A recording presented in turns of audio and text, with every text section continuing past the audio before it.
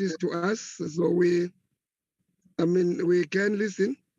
I'm sure they might join us along the line, and we need to have to take them on board at some point. Flag the agenda, Penosipo. Yes, Chair. Chair. Yes, I've just received a message from Honorable Tseki and Honorable Skwai that they will be finalizing their meeting in human settlement, and as soon as possible they will join us. Okay, that will be better. All right. The agenda.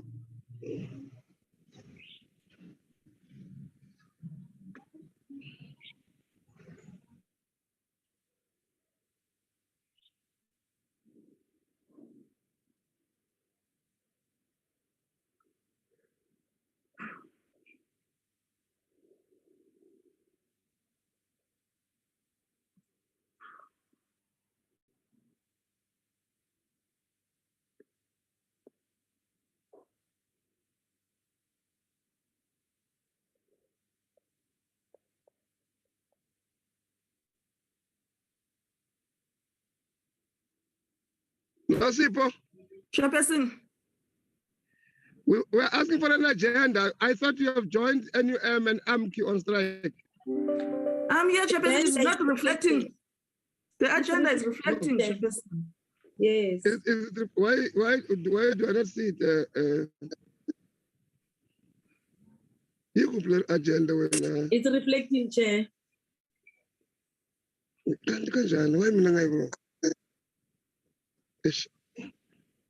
don't understand this. Okay, if it is, I move from a premise of assuming. Oh, here it is. Oh, now I understand where I'm failing.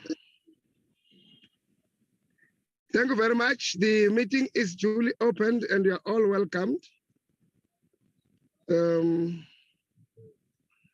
We had a meeting yesterday, so without necessarily wanting to call it a continuation, but it is part of the meetings we are supposed to have. I know this is a special meeting. We called it because we are pressed for time. Because the items we are talking about is going to be passed on the 10th of May. Therefore, if we have not spoken to them, the 10th of May might come and we will not have spoken to them. We have got the responsibility, party whips and party leaders, that we must try to work our time, our preparation for this thing with the department, that we meet our time frame without being pressurized by the outcomes of the system. All the time we have been struggling since we came in here, that we do get reports pressurizingly on the basis of the dictates of parliamentary sittings. And I think we need to correct that issue. With that in mind, I must have to pass condolences. Yesterday I thought I will wish speedy recovery by former member Gadi, who was the former Secretary General of the EFF. Unfortunately, I left the meeting before it would get closed when I was supposed to do that. I was going to be late, by the way, because I was still going to wish them to speedy recovery of their beautiful daughter. Unfortunately, later during that day, yesterday, she was found. And I don't want to, I know that it has not been declared as murder, but listening at the circumstances and everything else, I think she was murdered.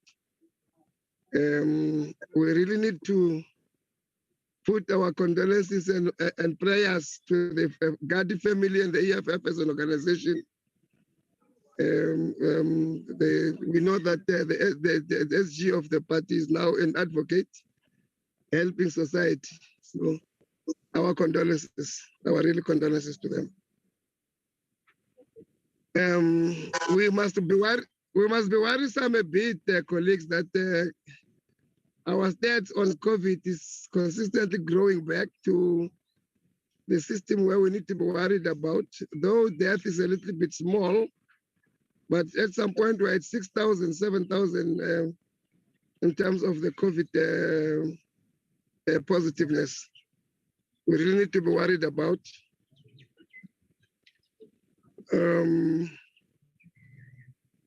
Thank you very much. Can we observe a moment of silence for mediation and prayer?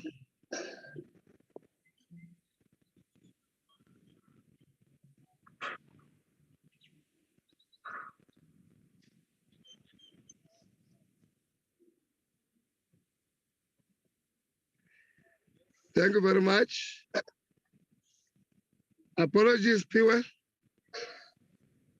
There are apologies, Chairperson. Mr. Basin is in Tshwane to work on a by-election. Deputy Minister Mr. Mahlobo is in Modimule attending the Capricorn Strategic Planning Session. DG Mr. Phillips has another urgent commitment to attend to. So you won't be part of the meeting also. That is all, Chairperson. Chairperson, Okay. if I may. Chairperson, if I may. The minister will also not be able to attend due to other commitments. Okay. No. I think yes, Chair. Yes. Chairperson, yes. This is Ms. Lusenga. I'm representing the DG. Chair. Thank you. This is Minister Mccollum. I'm on at the moment. Thank you. Okay. Apology, Chairperson, I had received a message from the office of the minister that he will not be able to attend. My apology. No. Listen to the registration of the minister. He is on at the moment. So he's telling us that at some point he might leave us, then your apology will become effective at that time. So you are not misleading us. You are not misleading us. Very correct. Yeah. Okay. No. Mr. Peterson, I think you represent the DA. You must tell Honorable Basin that we will meet there in White 96. Me and him were at war there in that by-elections. Okay. Is there anyone who's struggling to speak?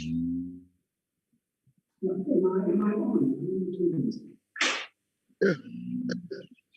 Okay.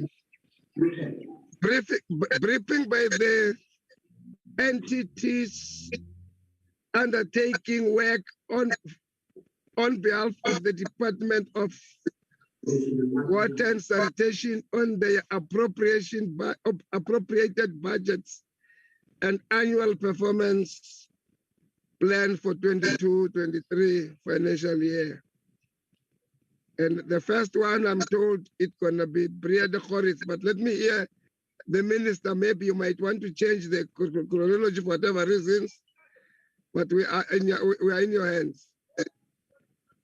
Thank you very much, Honorable Chair and members of the Portfolio Committee. Morning to DM Makadzi. And I want to take this opportunity and greet all the agencies that are here, Breede-Gouritz and Inkomati-Usuthu Catchment in the Management Agency, and then Trans-Caledon. And I hope all the relevant people who are to present here are there.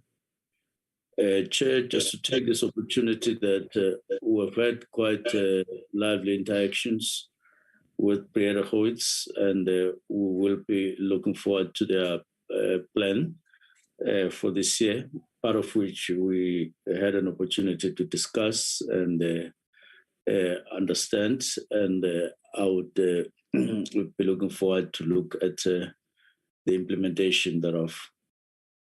Inkomati-Usuthu Catchment Management Agency, we still have to have an engagement for this year. We haven't had an opportunity, except with them as individuals on different reports. And Trans-Caledon, we often interact on a number of issues and challenges.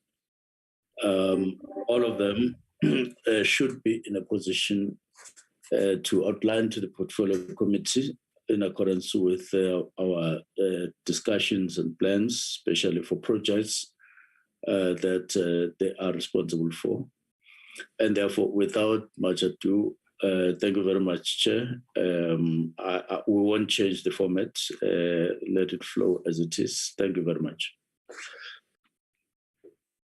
Thanks, Mama. The assumption is that you will speak later because the minister have not spoken unless there is something new, very important you want to say. No, Chairperson. Let's proceed. Thank you very much. Thank you very much. Let's follow the procedure. It is now Horace, isn't it? Yes, it is, Chairperson. Okay. Let's hear you. Good morning, Chairperson, Honorable Minister Kunu, and the honorable members who are here this morning to hear the annual performance, the annual performance plan for the Breede-Gouritz Catchment Management Agency.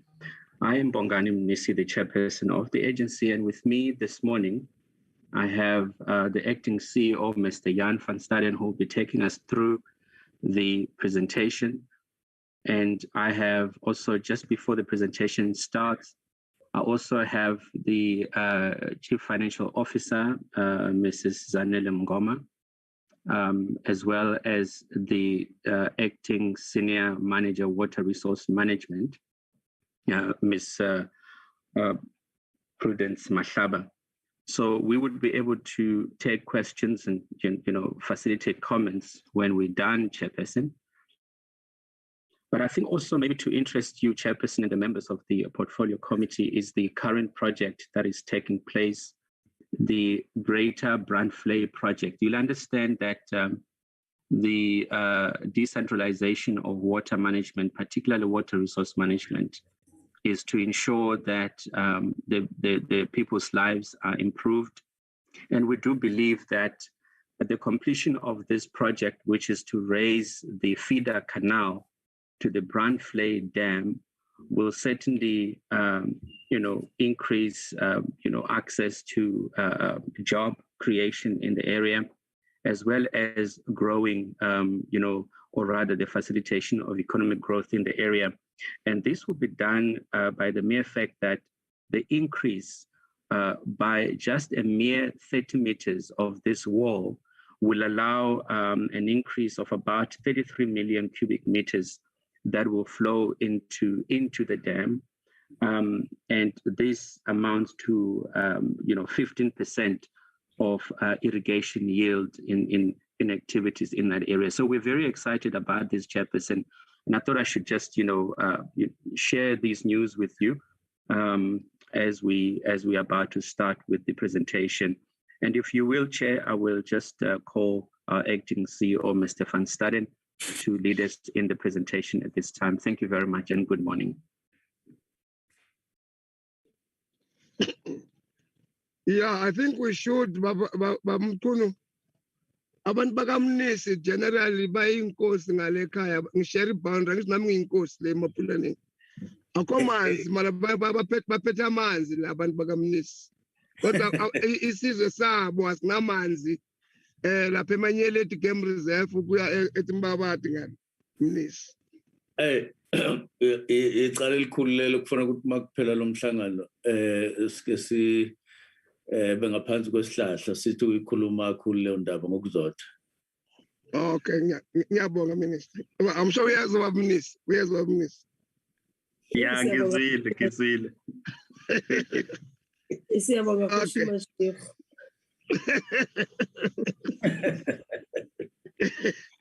Breede-Gouritz. Mr. Van Staden, you may continue. Thank you. Thank you very much, Chair, and also the Chair of the meeting. Good morning to everybody. The presentation of the annual performance plan of the Breede-Gouritz CMI for the current year, it seems so far, but we're already in the year for a performance year 2022-23. And just a little bit of background, the Breede-Gouritz Catchment Management Agency, we are situated in the Western Cape, and we are, to put it simple, we are responsible for the management of raw water resources in a half of the Western Cape. So it's more the eastern and the southern part. And we are established in terms of the National Water Act, and we do water resource management. And to do water resource management, you need to run around in the area to solve the problems of people and industries and municipalities. So just quickly, our vision and mission: quality water for all forever. That's everything that we are doing in the agency. And our mission is to manage water resource responsibly through continuous engagement with all stakeholders and devolve decision-making to the lowest level for the benefit of all water users in the Breede-Gouritz water management area, including the environment.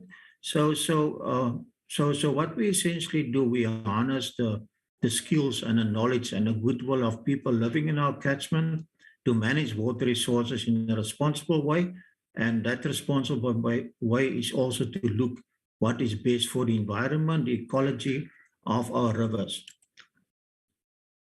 So we've got a couple of strategic focus areas in the agency: water resource planning, water use management. Mr. Van Staden? Through you, Chair, can you please put it on presentation mode just for clarity? Yeah, just to make it bigger slightly for our members. Thanks. Thank you, Mr. Manishi. So the focus areas of the Breede-Gouritz CMI: water resource planning, water use management, institutional and stakeholder relations, water allocation reform, water resource protection, strategic support, management, and governance. So the first one, let's start with water resource planning. This is a essential and a critical function of a water resource management institution. So here we look at, in terms of legislation in the country, a CMA needs to comment on all activities that are linked to the change in land use. So this is a daily activity of the CMA, and our target here is to always respond to 90% of all the applications that we receive. And this is especially important in the era of floods and droughts. I mean, a proper planning and input can ensure that, especially when it comes to the settlements of communities, the building of towns, neighborhoods, etc., that these type of developments are staying outside the flood lines. That is a danger area to the lives of people. Then the core business of the agency is water use management. So the first one is that we want to register all authorized water use. So this registration of water use is in two ways very important. Is number one, you can get a good feeling of what water is used in the area and what is still available for future applications. And of course, also our total income base as an agency is directly linked to the registrations of water use, because when a water user is registered, automatically that water user will receive an invoice based on the water registration. The next one is the number and sign and finalized validation, verification, confirmation letters captured. So here, when we do the project of water verification, that information that we captured from the water user, it must be captured on the system and then automatically become part of the database. And the water users that are authorized are then paying for that that water use. The same for the general authorizations.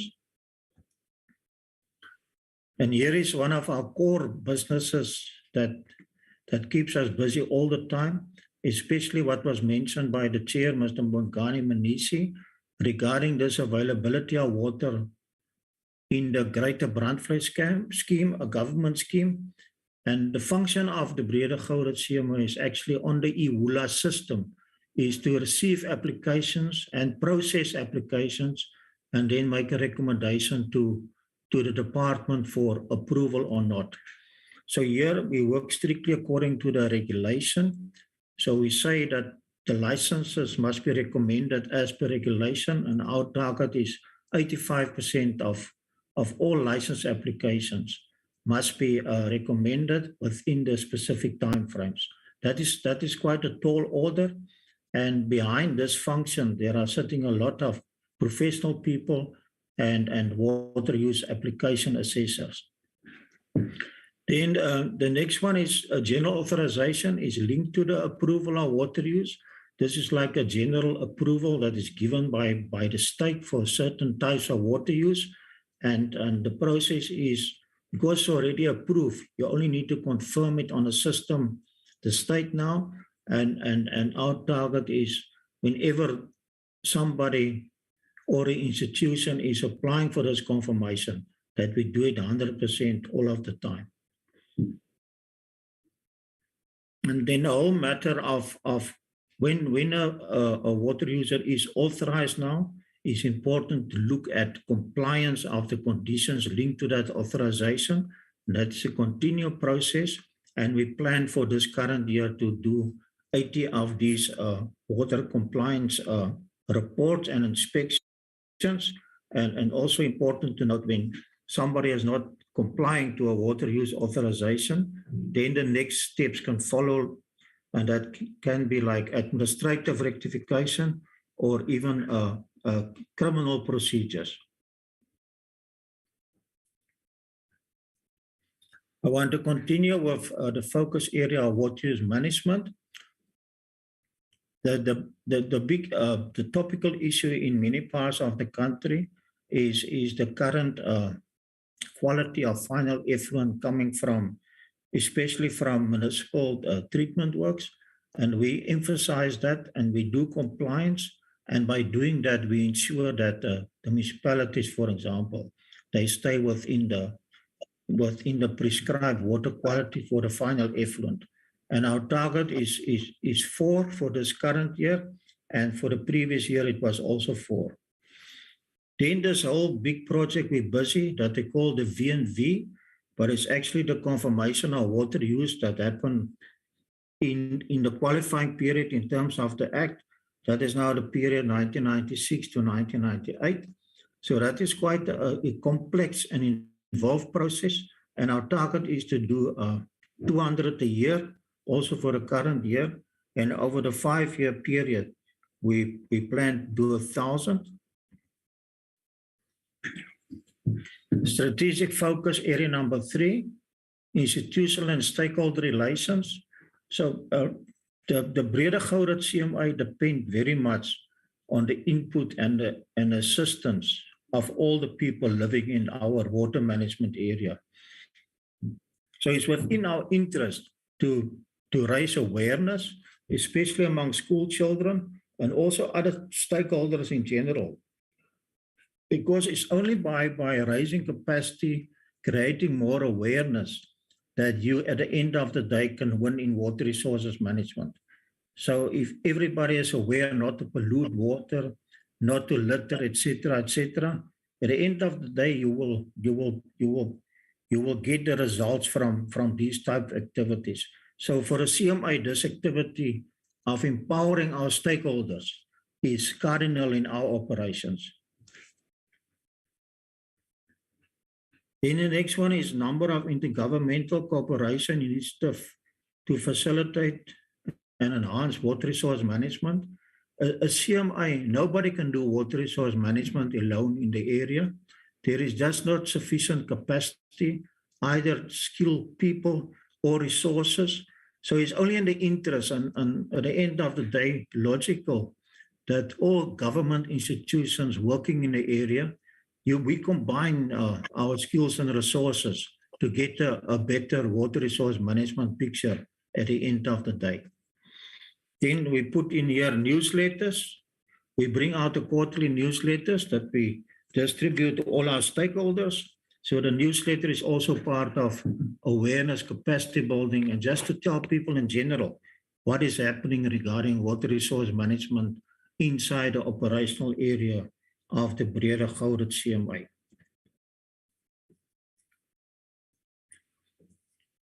If I can continue with the strategic focus area, institutional and stakeholder relations, we also brought in as an organization activity that we call community-funded projects. So what we do on a community level, we fund, for example, community gardens, storage tanks, etc., that help on a very low social level to bring awareness in water resource management, either by better irrigation practice, etc., and that is quite successful, and we can see the benefit on our local people wherever we fund these type of projects. So what we say our target here is for, if it's funded and there is an application for it, we're going to fund 100% of that. Then the next one is the whole matter of forums in catchments that are talking about water resources management. This is again the thing that whenever you establish a forum to do water resources management, you bring more capacity, more ears, more eyes into water resource management, and it's a great assistance to the Breede-Gouritz CMA. Without the forums and the input of local people, you cannot do water resources management. So our target is here, there are already 40 in place, and we keep on supporting and wherever possible that 40 to keep them active in the area. Then strategic focus area number 4, water allocation reform. A CMA, especially the Breede-Gouritz CMA, is established to bring about a better dispensation regarding the allocation of water. And here what we focus on is to make the whole process, the technical process, administrative process, as easy as possible, to provide so much assistance as possible to emerging farmers, for example. So it's quite easy to access water and also the system to get access to the water. Then we also run a project where we install rainwater harvesting tank, and these are it's linked to like also small gardening, small type of farming, and our target is 400 for the year. And I can also say that this one we also see the visible results. The board did visit in the past some of these projects, and you can really see it's making a huge difference on ground level. Then the next one is the water resource protection, strategic focus area number 5. And here the outcome is all about good water quality and legal water use. But to determine that, you need to know what is the base, what is the quality of the water in our water resources. So we sample a lot of rivers, groundwater resource, etc. So the number of points for this coming year is 80. Then the next one is the number of river rehabilitation projects funded and technically supported. This one is actually all to do with the removal of alien invasive vegetation next to our rivers in the riparian areas. Because this is, according to available information, a huge threat on our water resources. If these type of vegetation just continue to grow, at the end of the day, you will get a reduced flow and you will impact other water users, or there will not be water available to allocate or to use by water users. And here also we work together with other organizations in our area to make a difference when it comes to the management of alien vegetations. So we've got 3 projects, and that is the target for the current year.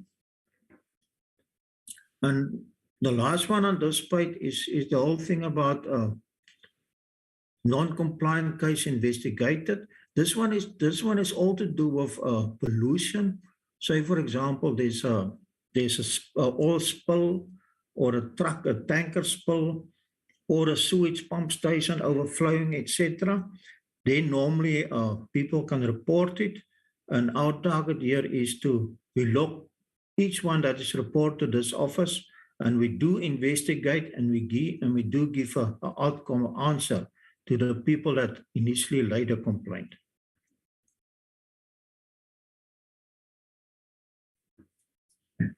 Can move to strategic focus area number 6. The whole thing about strategic support. I mean, here is complying to the legislation, and I can highlight this: the tariffs, the water resource management charges for the next year or the year thereafter. There is normally a big a consultation process that the CMA must follow. So we do road shows all over the area, also by means of emails and the internet, to get comments on the proposed tariff for the next year. And we call that, after you summarize all the information, that is a tariff report that we submit to the Department of Water and Sanitation, and that department are using that again for when the minister decide what the tariffs must be for the next year.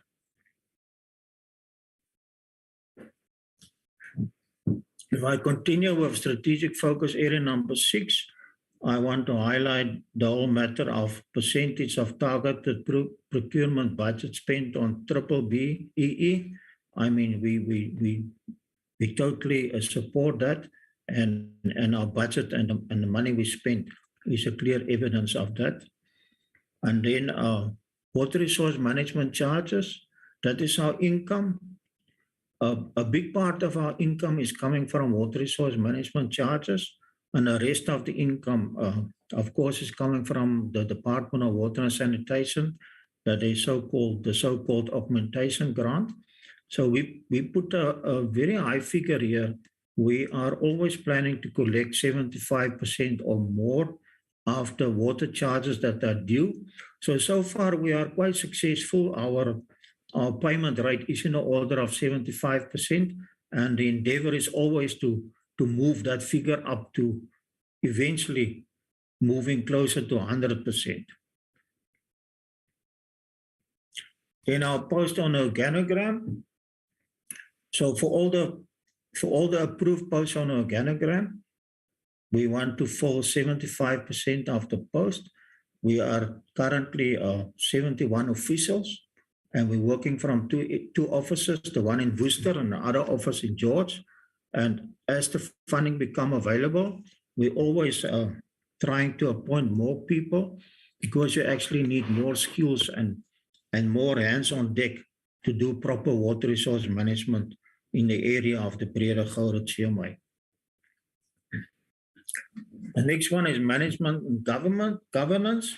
I just want to mention here the whole thing about the shareholder compacts. So there's an agreement between the board of the BGCMA and the minister what the CMA will do for the next year, and it's called the shareholder compact. So that must be done every year. It's a requirement, and the target is 1, because it can only be 1 agreement for the year. And then just on this page, largely number of agreements signed. So here is to raise the profile of the Breede-Gouritz CMA. Here we sign agreements, for example, with our other water entity in the area, the water services entity, with the name of Overberg Water, or for example, with the South African National Botanical Institute, where it comes to, additional funding that can help us in the process. For example, to bring more management, especially to the invasive vegetation next to our water resources. Chairperson, can you allow me to hand over now to the CFO of the Breede-Gouritz CMA, please? Thank you, Yanni. Good morning to the honorable members and also to my colleagues. I don't have to introduce myself. The chairperson of the board already introduced me. Can you go to the next slide, Yanni? Okay.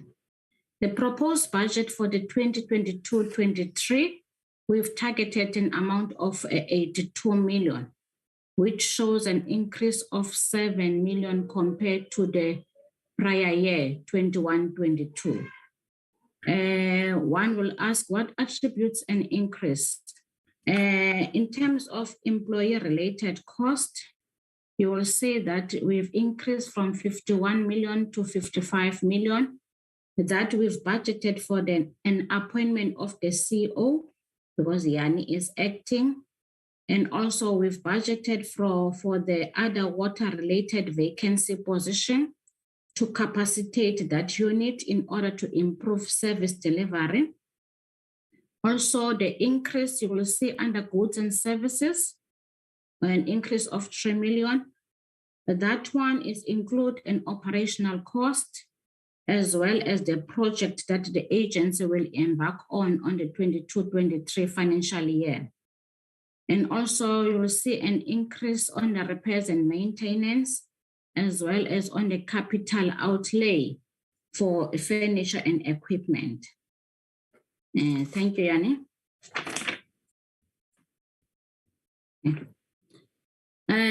In terms of the employer-related costs, this one is showing a percentage increase per classification, this slide. In terms of the employer-related cost, there's an increase of 7.7%. As I've already mentioned what causes the increase. In terms of goods and services, there's an increase of 11.85. Repairs and maintenance, an increase of 24.76.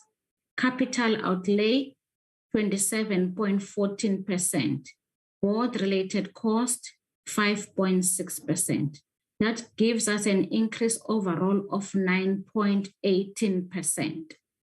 When you look at the last column, which is percentage per item, our employer-related cost is taking off 67% of the total budget. One will ask why such a percentage goes to the employer-related cost. Because the BGCMA is a service-oriented organization. We give service to the communities, which in this case to our water users. We don't owe any infrastructure. We give advice to water-related issues. We check the compliancy. We manage water resources. We manage water use, as Yanni already explained under our objectives. So that is why the employer-related cost is taking 67% of the total budget, because we're a service-oriented organization. Goods and services is taking about 30% of that. I've already explained that under goods and services is operational cost as well as the project. I'll explain the project that will embark on the next following slides. Repairs and maintenance is taking 0.32% of the total budget. Capital outlay, 1.5% of the total budget. Board-related cost, 1.16% of the total budget. So as I already mentioned that the budget increase, it's 9.18 compared to the prior year. Thank you. Next slide, Yanni. Okay, source of funding. Where are we going to get the 82 million? The 82 million, we will get it from the augmentation, from the water resource charges, as Yanni explained already, the process for tariffs, and also the interest received and the other income. The augmentation from the department, we will get about 4.1 million. If you can notice, it has decreased compared to last financial year. Last financial year, it was 4.6. So now the department confirmed that they will give us only 40 million. Water resource charges, that 33 million, as Yanni already explained, that we target to collect 77% of the water registered volumes. So the 77% amounts to 33 million that we'll collect from the water users, which is our 77%.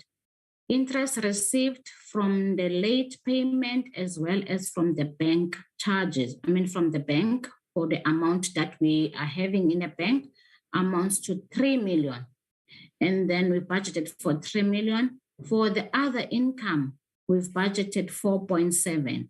The other income is made out of the amount some of our users are still paying to the department.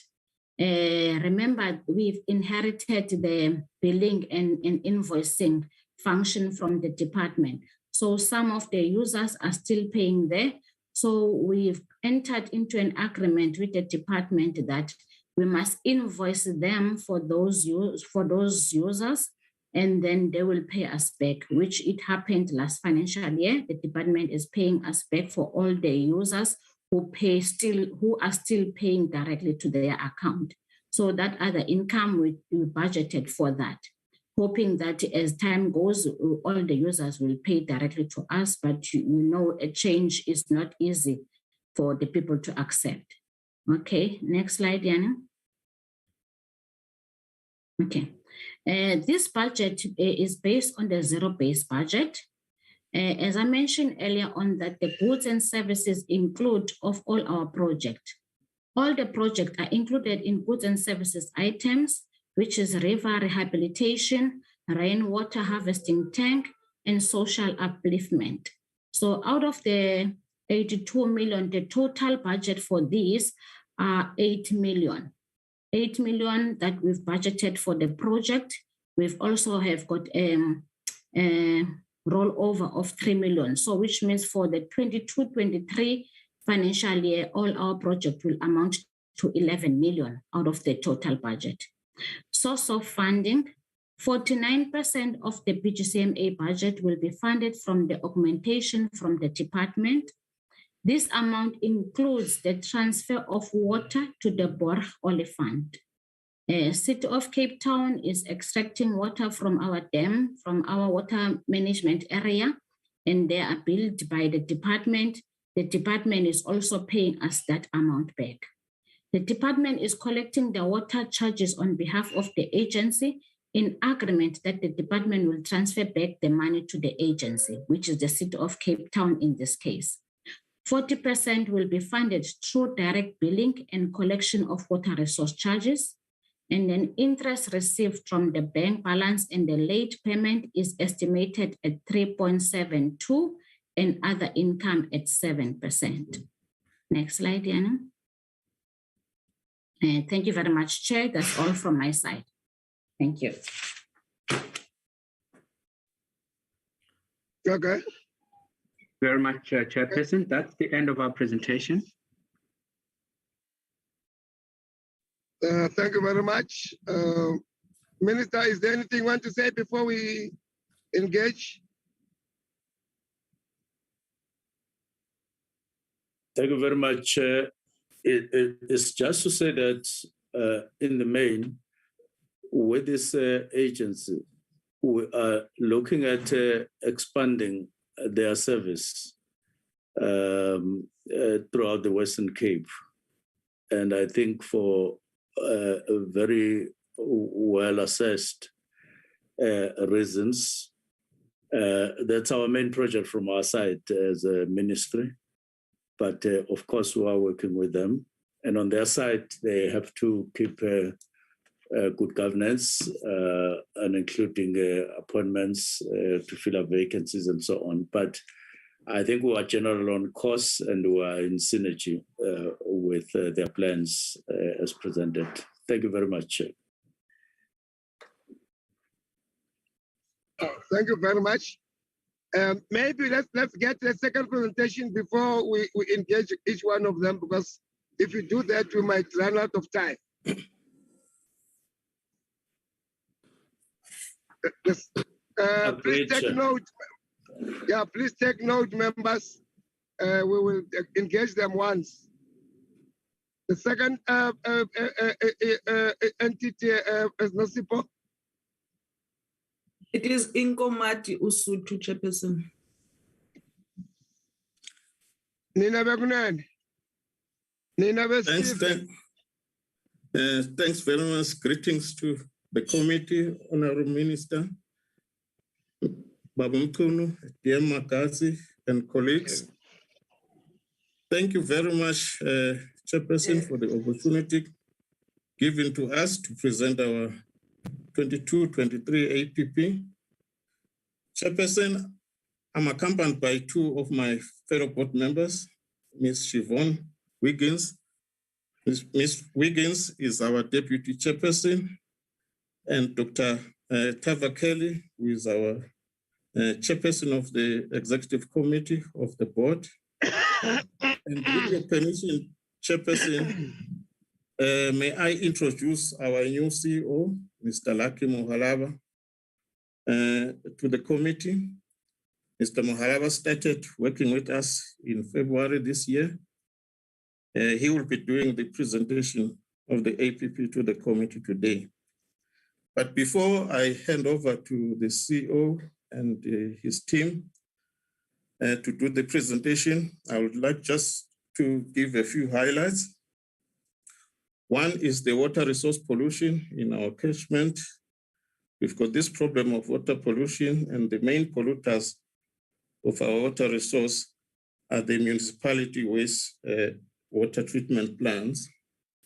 In our view, the waste water treatment plants are operated at a capacity beyond their initial design, and most of them are dysfunctional and too old to be properly maintained. Maybe Chairperson is advisable to invest in building new wastewater treatment plants to cater for the increasing users demand. We know we don't have budget, but taking advantage of the new technology in designing wastewater treatment plants, maybe that will help. The second highlight that I want to make, Chairperson, is the budget shortfall.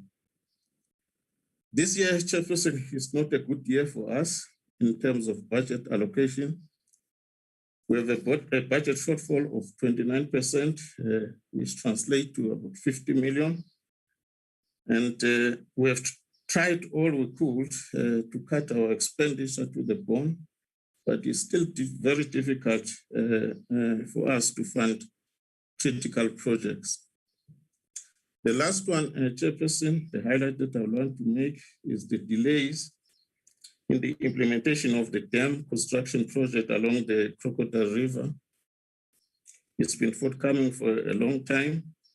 The Crocodile River flow is put under stress during drought season, and the water users get affected in the process.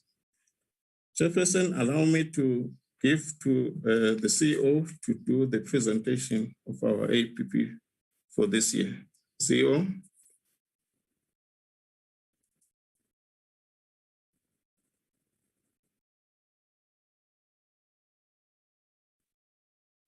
CEO.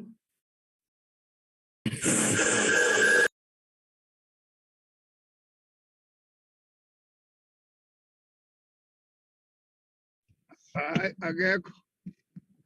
CEO, are you muted?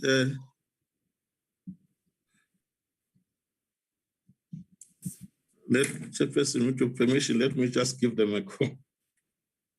Okay.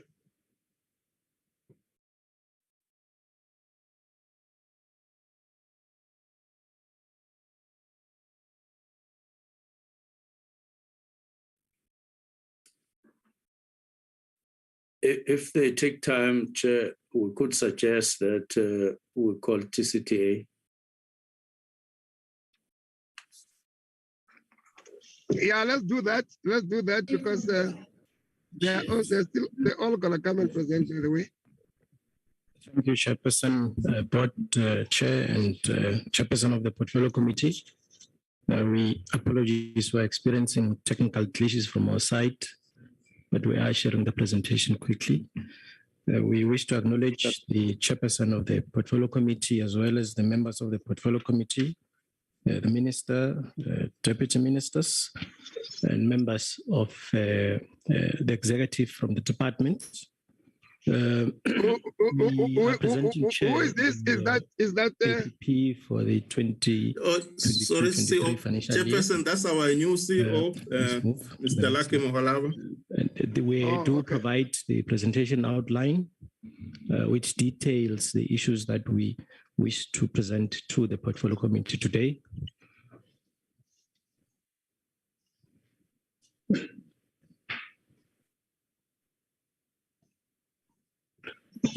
The entity is established in terms of Section 78 of the National Water Act, and primarily our mandate revolves around the protection, conservation and management of the water resources at localized area. And for us, it's important to just indicate that there are quite a number of areas which deal with this aspect, particularly around the entity ensuring that the water users are supported through various activities, including ensuring that the communities out there are aware of their responsibilities, including issues around the efficient use of the water resource.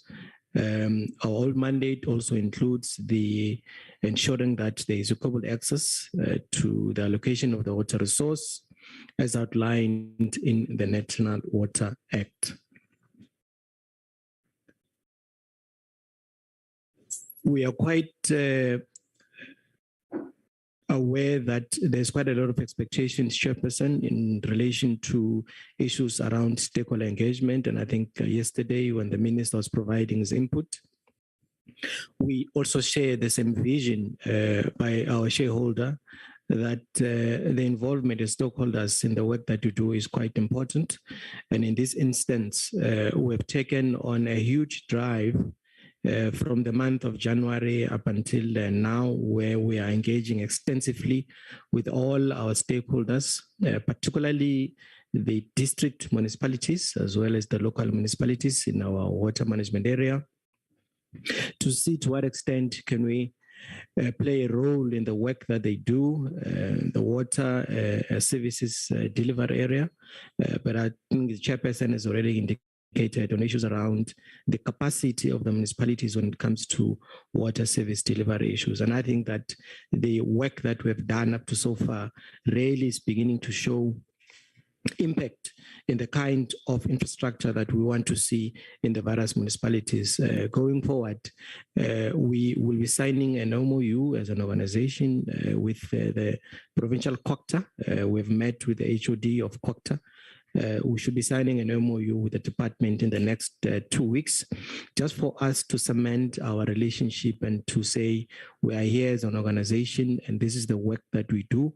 We really want to support the various municipalities within our water management area.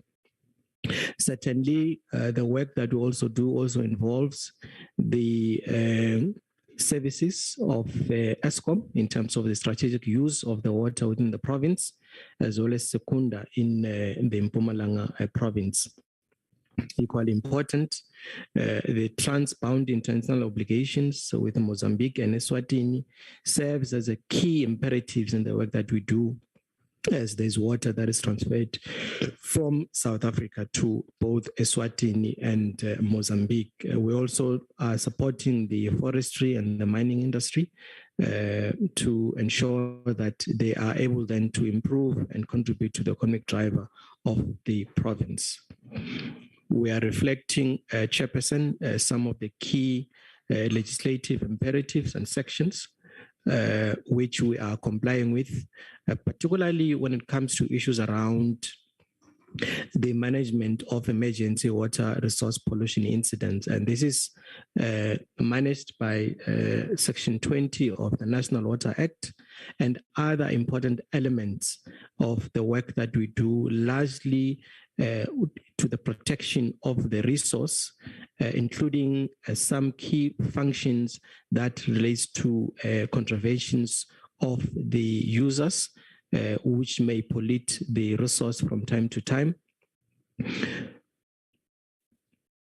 Our vision is clear, Chair, in terms of ensuring that we want to make sure that there is sufficient and equitable, and quality water resource in the life of the citizens within our water management area. And our mission is clear, and as well as our values that we stand by as an organization.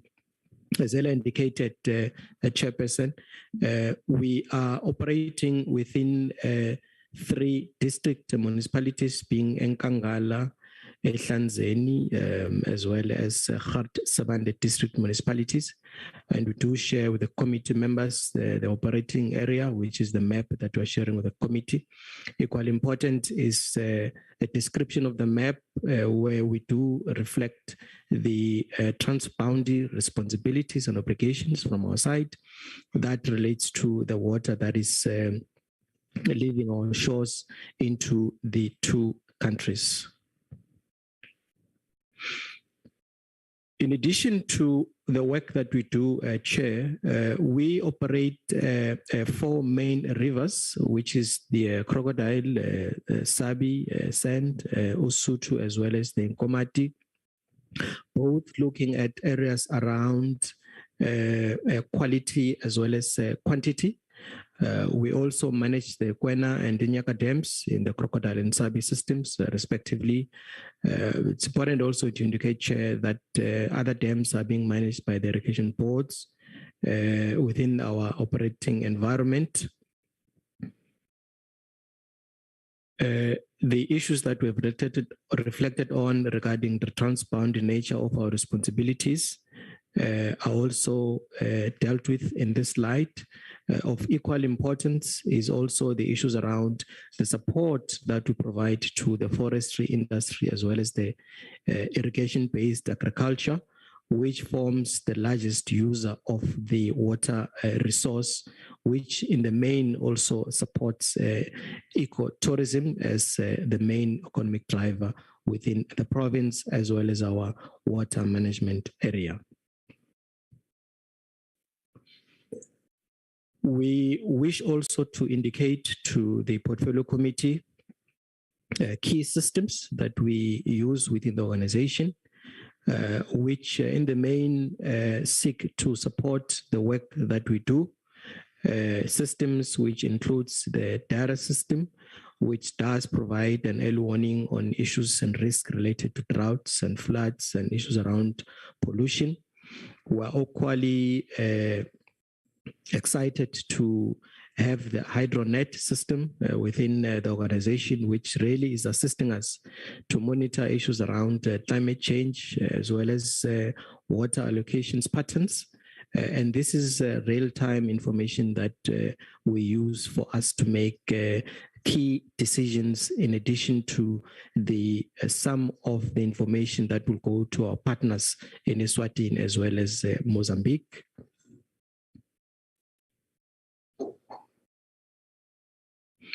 We provide the structure of the organization, Chairperson, and we must indicate that all the executive position had been filled until there was a resignation, I think in the last month of April, where we lost Dr.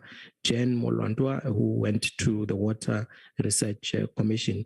I think with the guidance of the board, we should be at the earliest possible time fill the position of Executive Water Resource Management.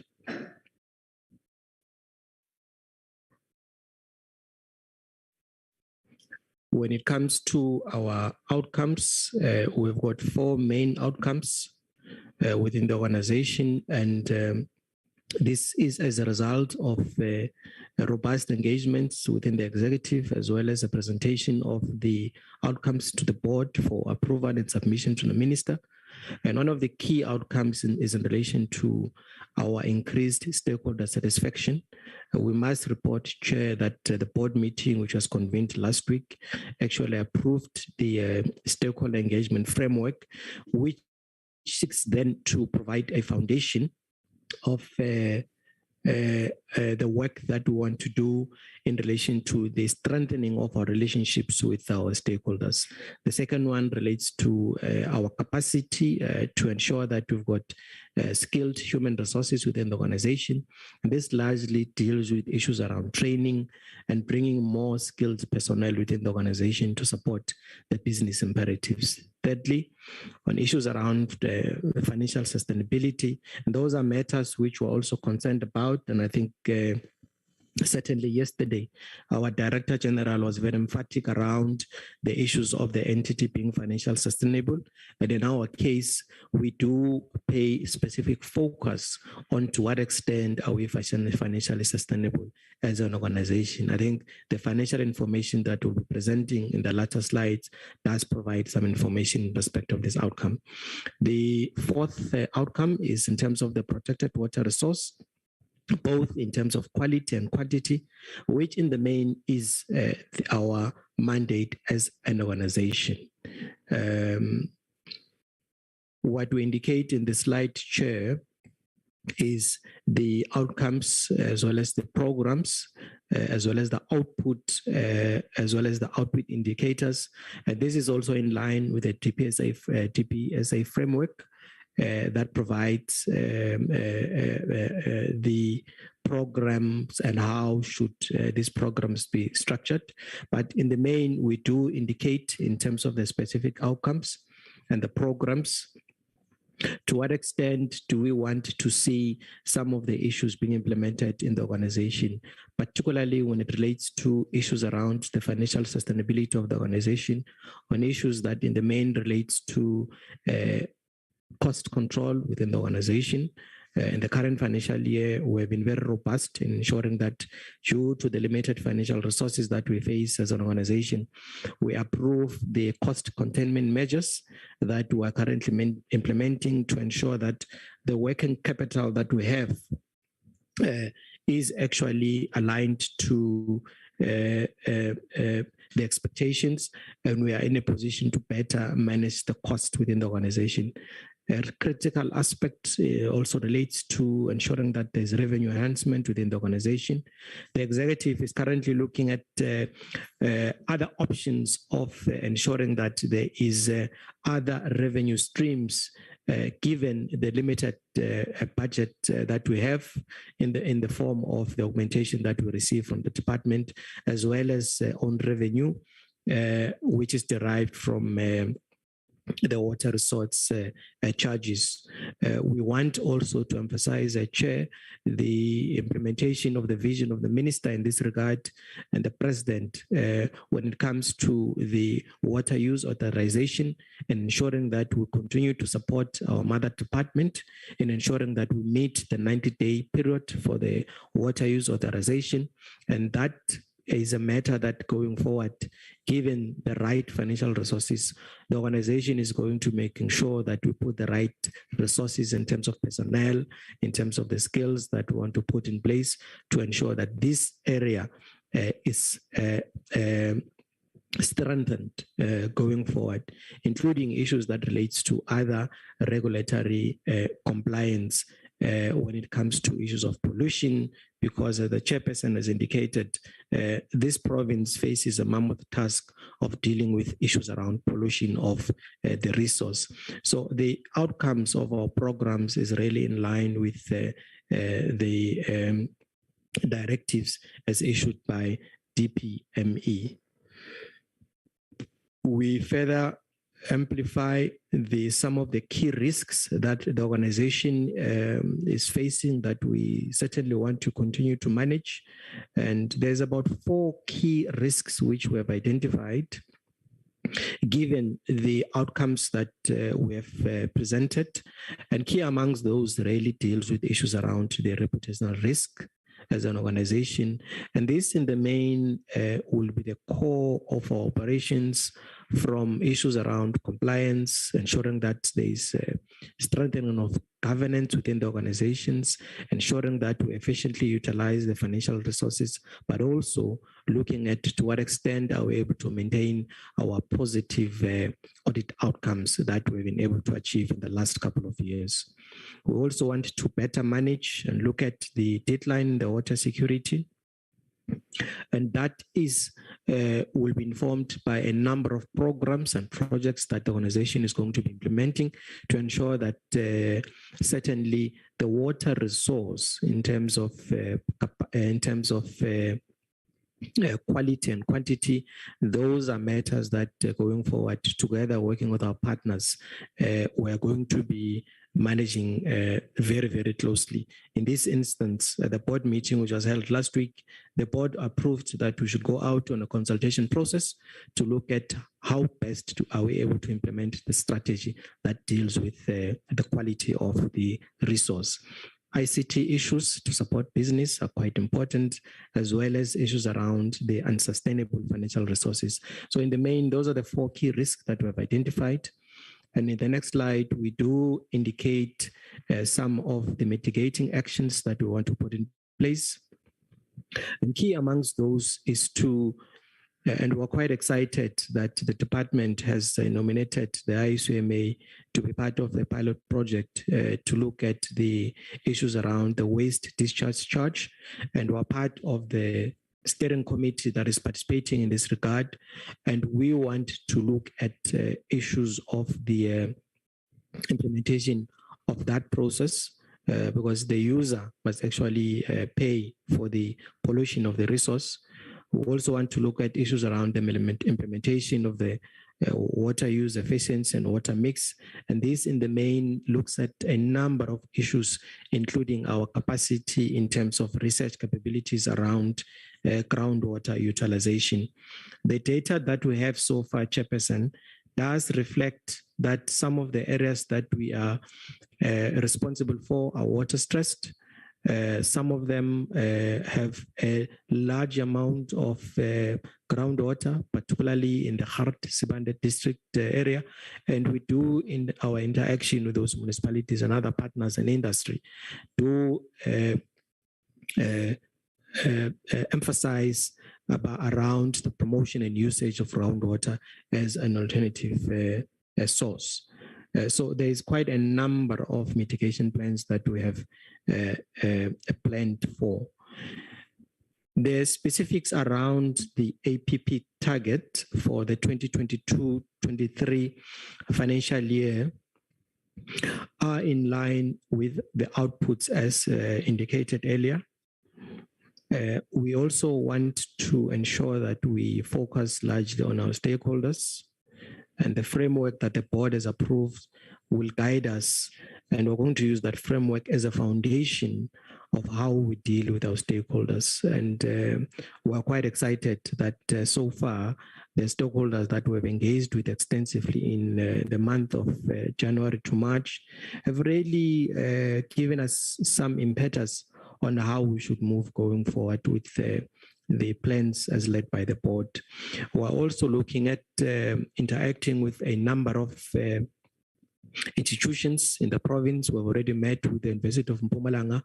There's quite a number of projects that we're implementing with them so that we increase the body of knowledge around research capacity within the water space in the province.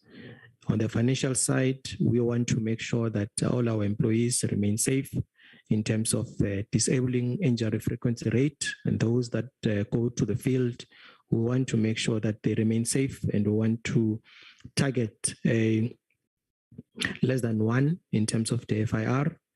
The working ratio, we're also looking at less than or equals 80%. And this is in the main for us to look at how best then are we able to manage our financial resources, limited as they are. The current ratio, of course, there are challenges. We want to ensure that it's more than or equals to 1. This will ensure that we're able then to, as an organization, are able to pay our debts on time, and issues around the going concern of the organization is maintained going forward. It's not the best in terms of what we want to project going forward, but with the kind of innovations that we want to have as an organization, including issues of ensuring that there is other revenue streams that we want to identify going forward. We hope that going forward in the outer years, this might change to be a more positive one. Chairperson, we've got 2 targets in terms of the debt collection ratio. One is in relation to the toxic book. We must indicate that the target in this instance is about 4%. And in our revised APP, which we've submitted to the mother department, this was revised to about 4%, given the history of the toxic debt that we inherited from the department, with a request for us to pursue these debtors. And the 4% is largely informed by some challenges relating to the non-availability of some documents that may support the claim. So in this instance, the target is about 4%. The healthy book, we're targeting about 60% of that. This largely in the main relates to the current customers that we have within our books, and we want to ensure that we increase the percentage of collection going forward. The main reason, I think, for us to have a 60% target for the debt collection ratio for the healthy book is that we are in a process of cleansing our data as an organization. Some of the letters and invoices that are being sent are letters which are returning from the customers, and the validation process, VNV, that is currently underway should be able to assist us in the outer years to increase the percentage around collection. We also want to ensure that the level of compliance around resource quality objectives are met, and going forward, we have said to the customers and our municipalities and industry that we are going to be really implementing the law to the latter, including ensuring that there is consequences around the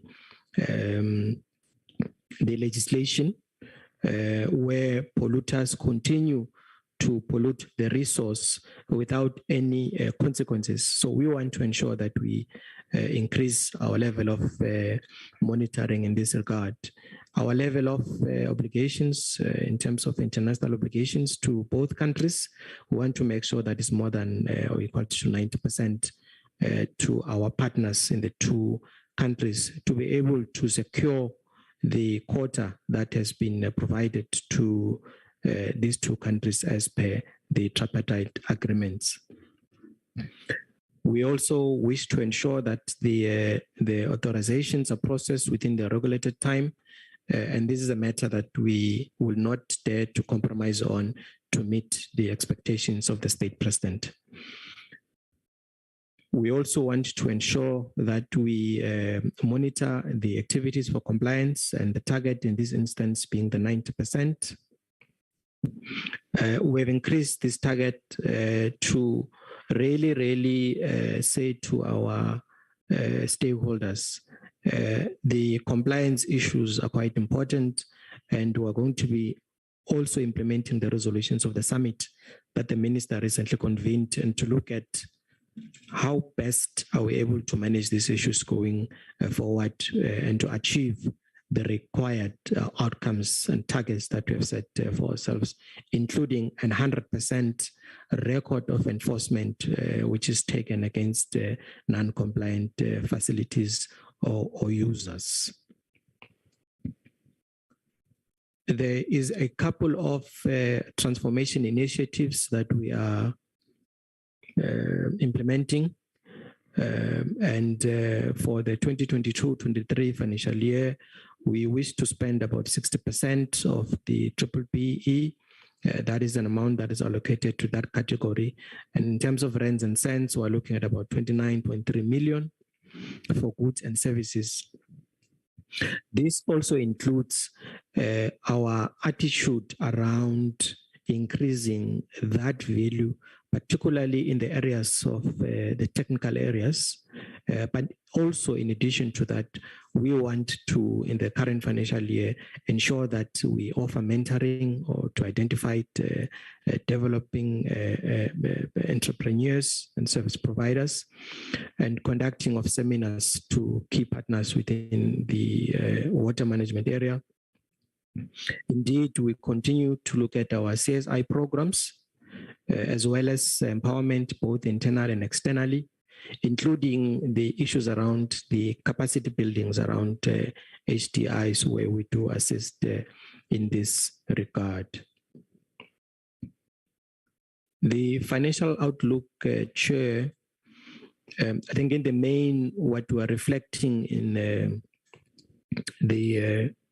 the colored area is that for a current financial year, there is a budget of about 147 million that we're looking at as an agency, and the segregation of that amount is actually an amount of about 89 million, which is the augmentation from the parliamentary grant and is given to us by the department, which then constitute about 60% of the budget.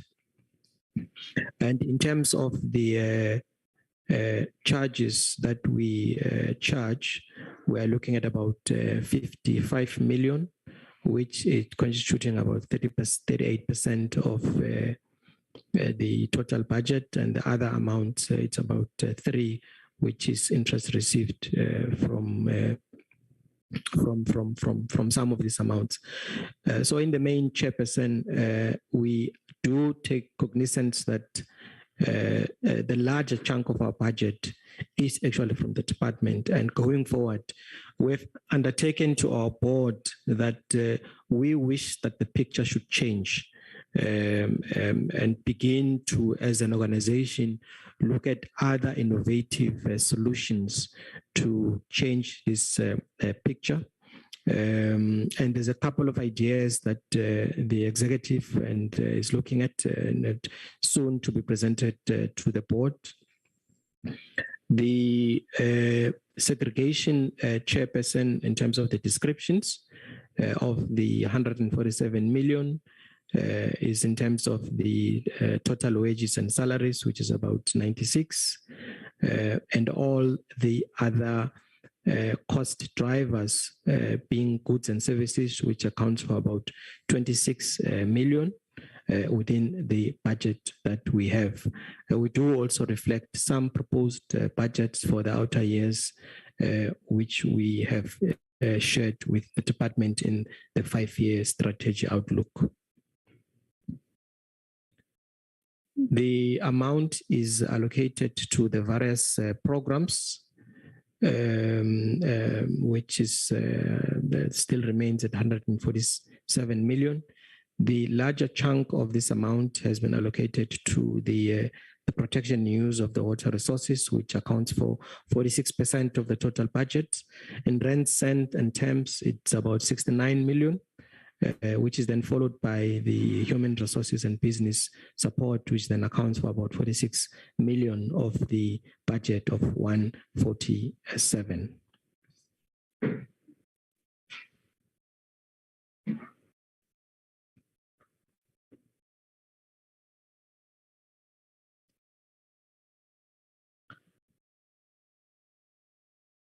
Is the challenge. Theo, are you still there? We're losing you.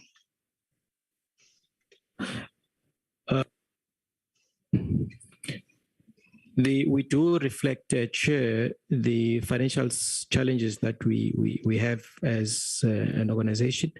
I think it's also important to indicate that we are expecting a shortfall of about 50 million from the proposed budget. Initially, we were looking at about a budget of about 174 million, which in the reality now is that we are going to have about 124 million. So we're looking at a shortfall of about 50 million.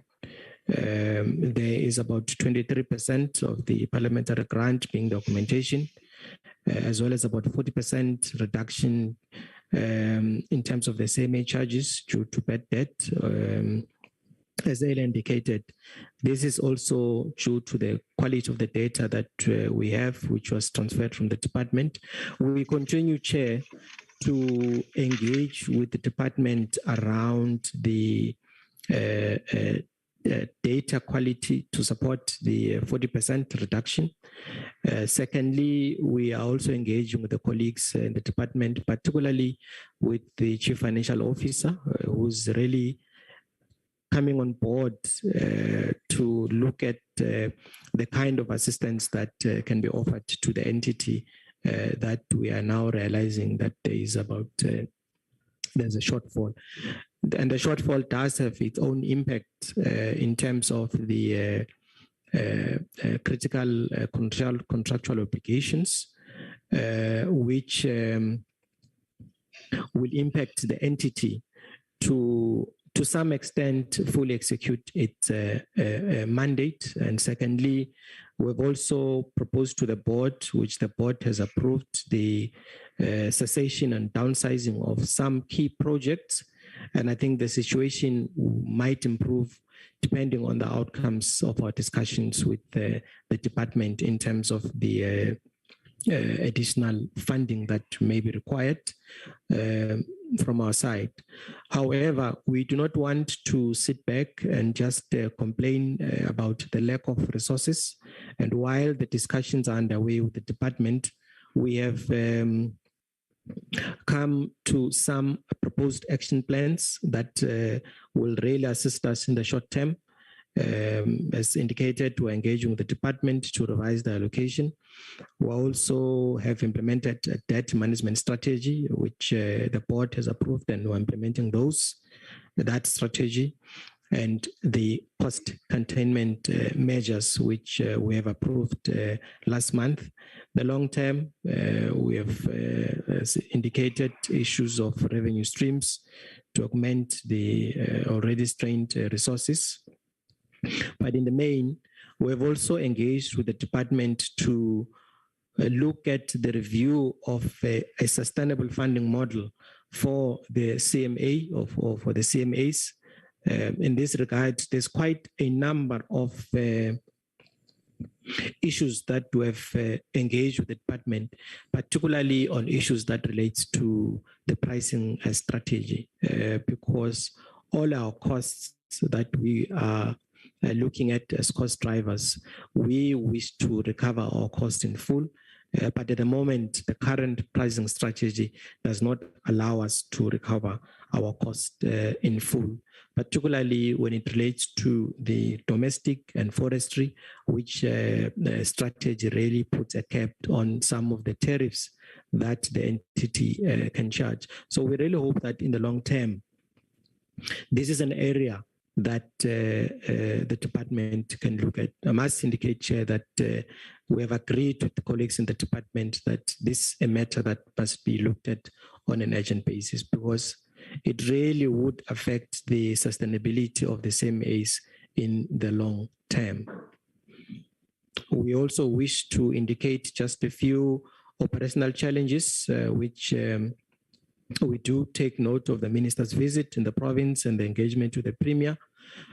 But from our side, the issues around the inadequate storage, particularly in the city of Mbombela, because we currently don't have the implementation of the Crocodile East Dam project.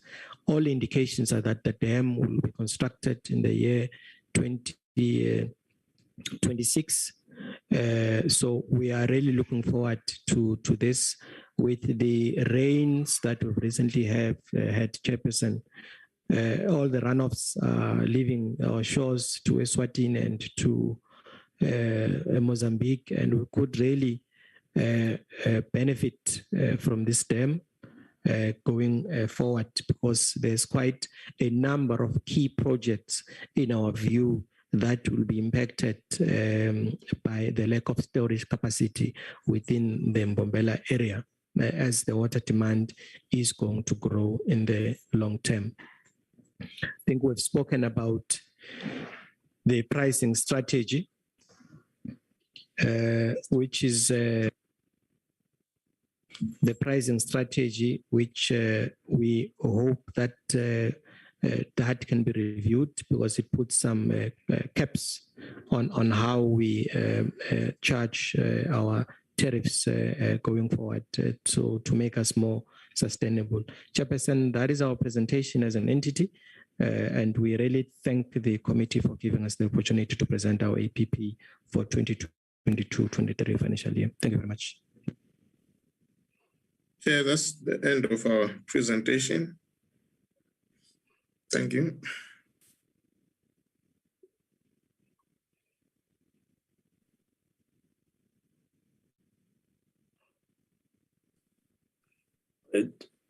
Chair, we're in your hands, I'm sure.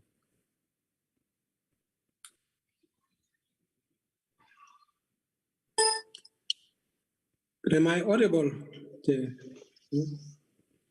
You are audible. No, you are. Okay, thanks. Greetings, Honorable Minister. Greetings to the Chair and members of the committee and colleagues. The CE will do the presentation on the plan. What is noteworthy is that the mandate and the plan confirms how the entity is going to deliver the mandate and how the entity is going to expeditiously respond to directives given by the minister. And we need to assure the portfolio committee that in executing this mandate and the directives, the board is going to continue to embrace good governance.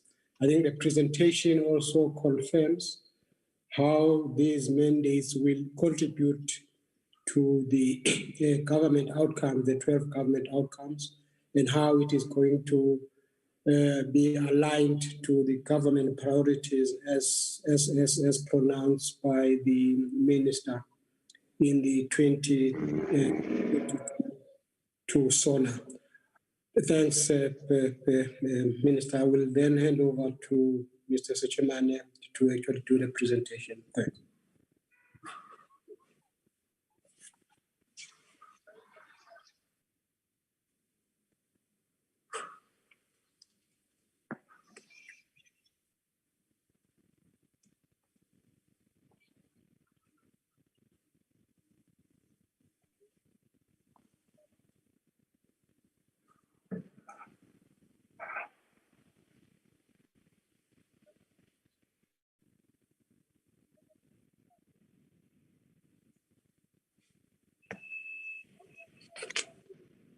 Okay.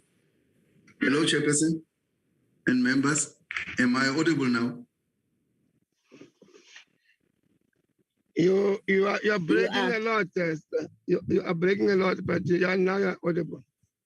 Okay, I'm sorry. I was struggling with the presentation this side. I hope it is we can see the presentation. And with your permission, I will start, Chair.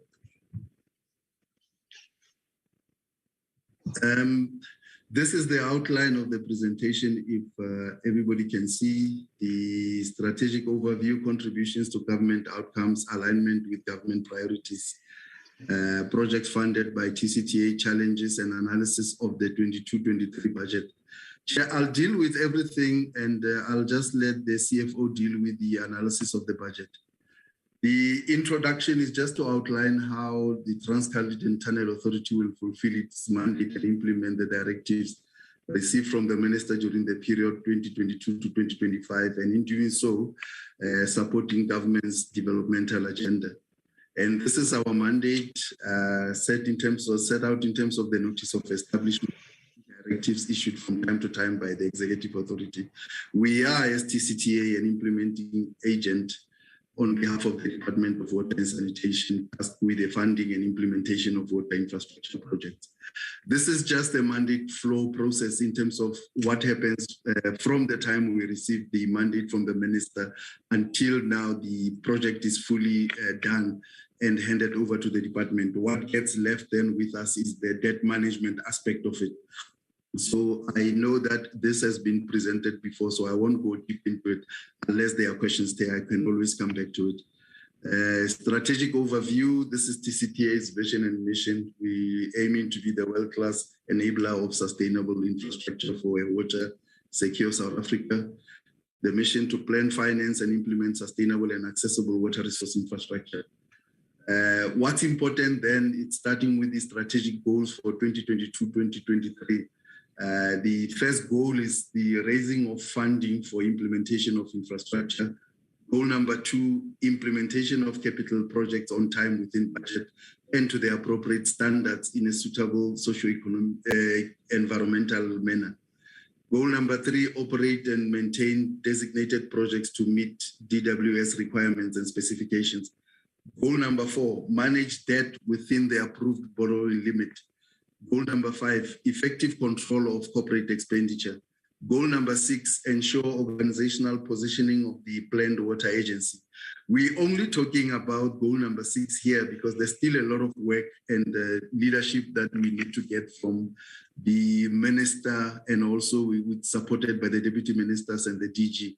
So we are putting goal number 6 here. I'm just talking about it because I know it's something that we're working very hard on at this particular point in time with the direction coming from the minister. Goal number 7, ensure organizational positioning for the planned water agency. I think I've talked about it in the previous one. Coordinate and monitor efficient implementation of the project within CIP90. It's the role that we still play on goal number 8, supporting governments in terms of the CIPs. Goal number 9, enhance the internal control environment, risk management, and supply chain management system. Goal number 10, clear irregular and fruitless and wasteful expenditure.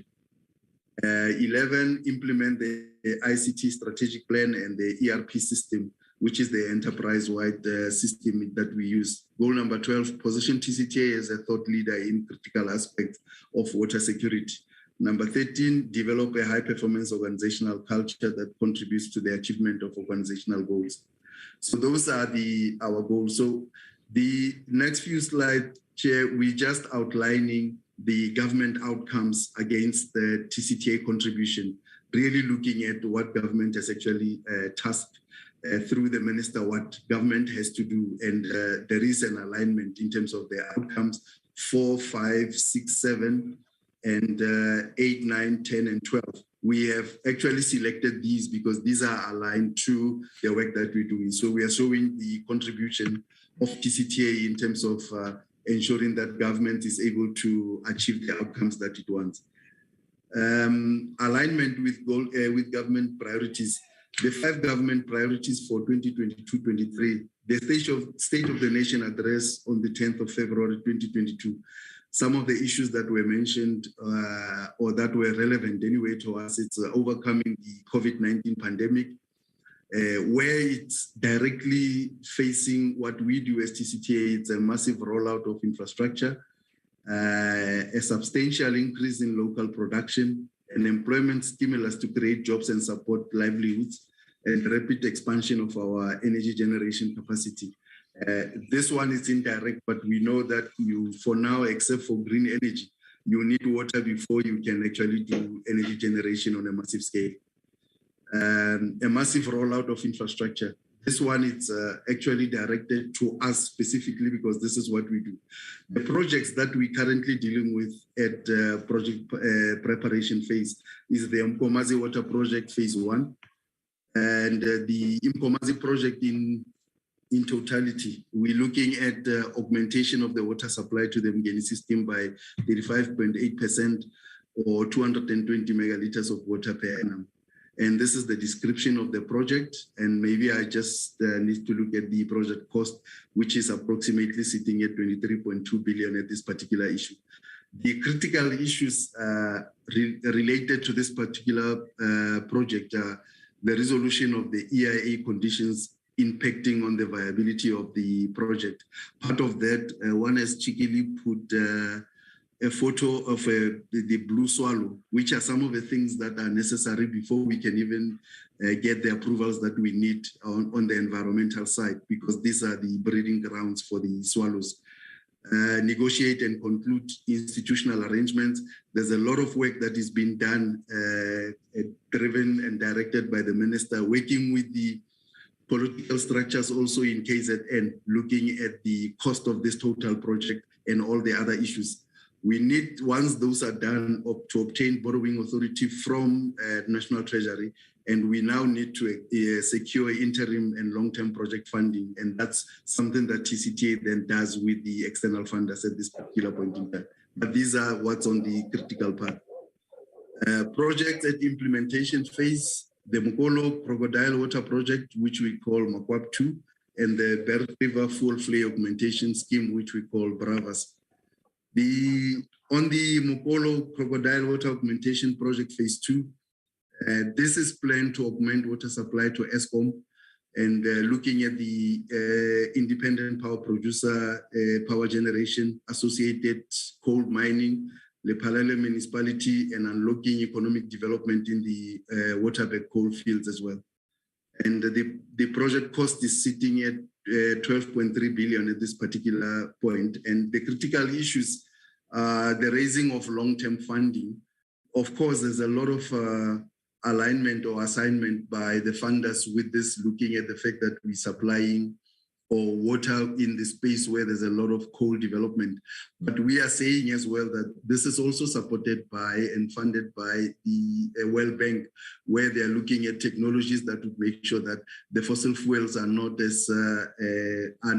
actually polluting the area.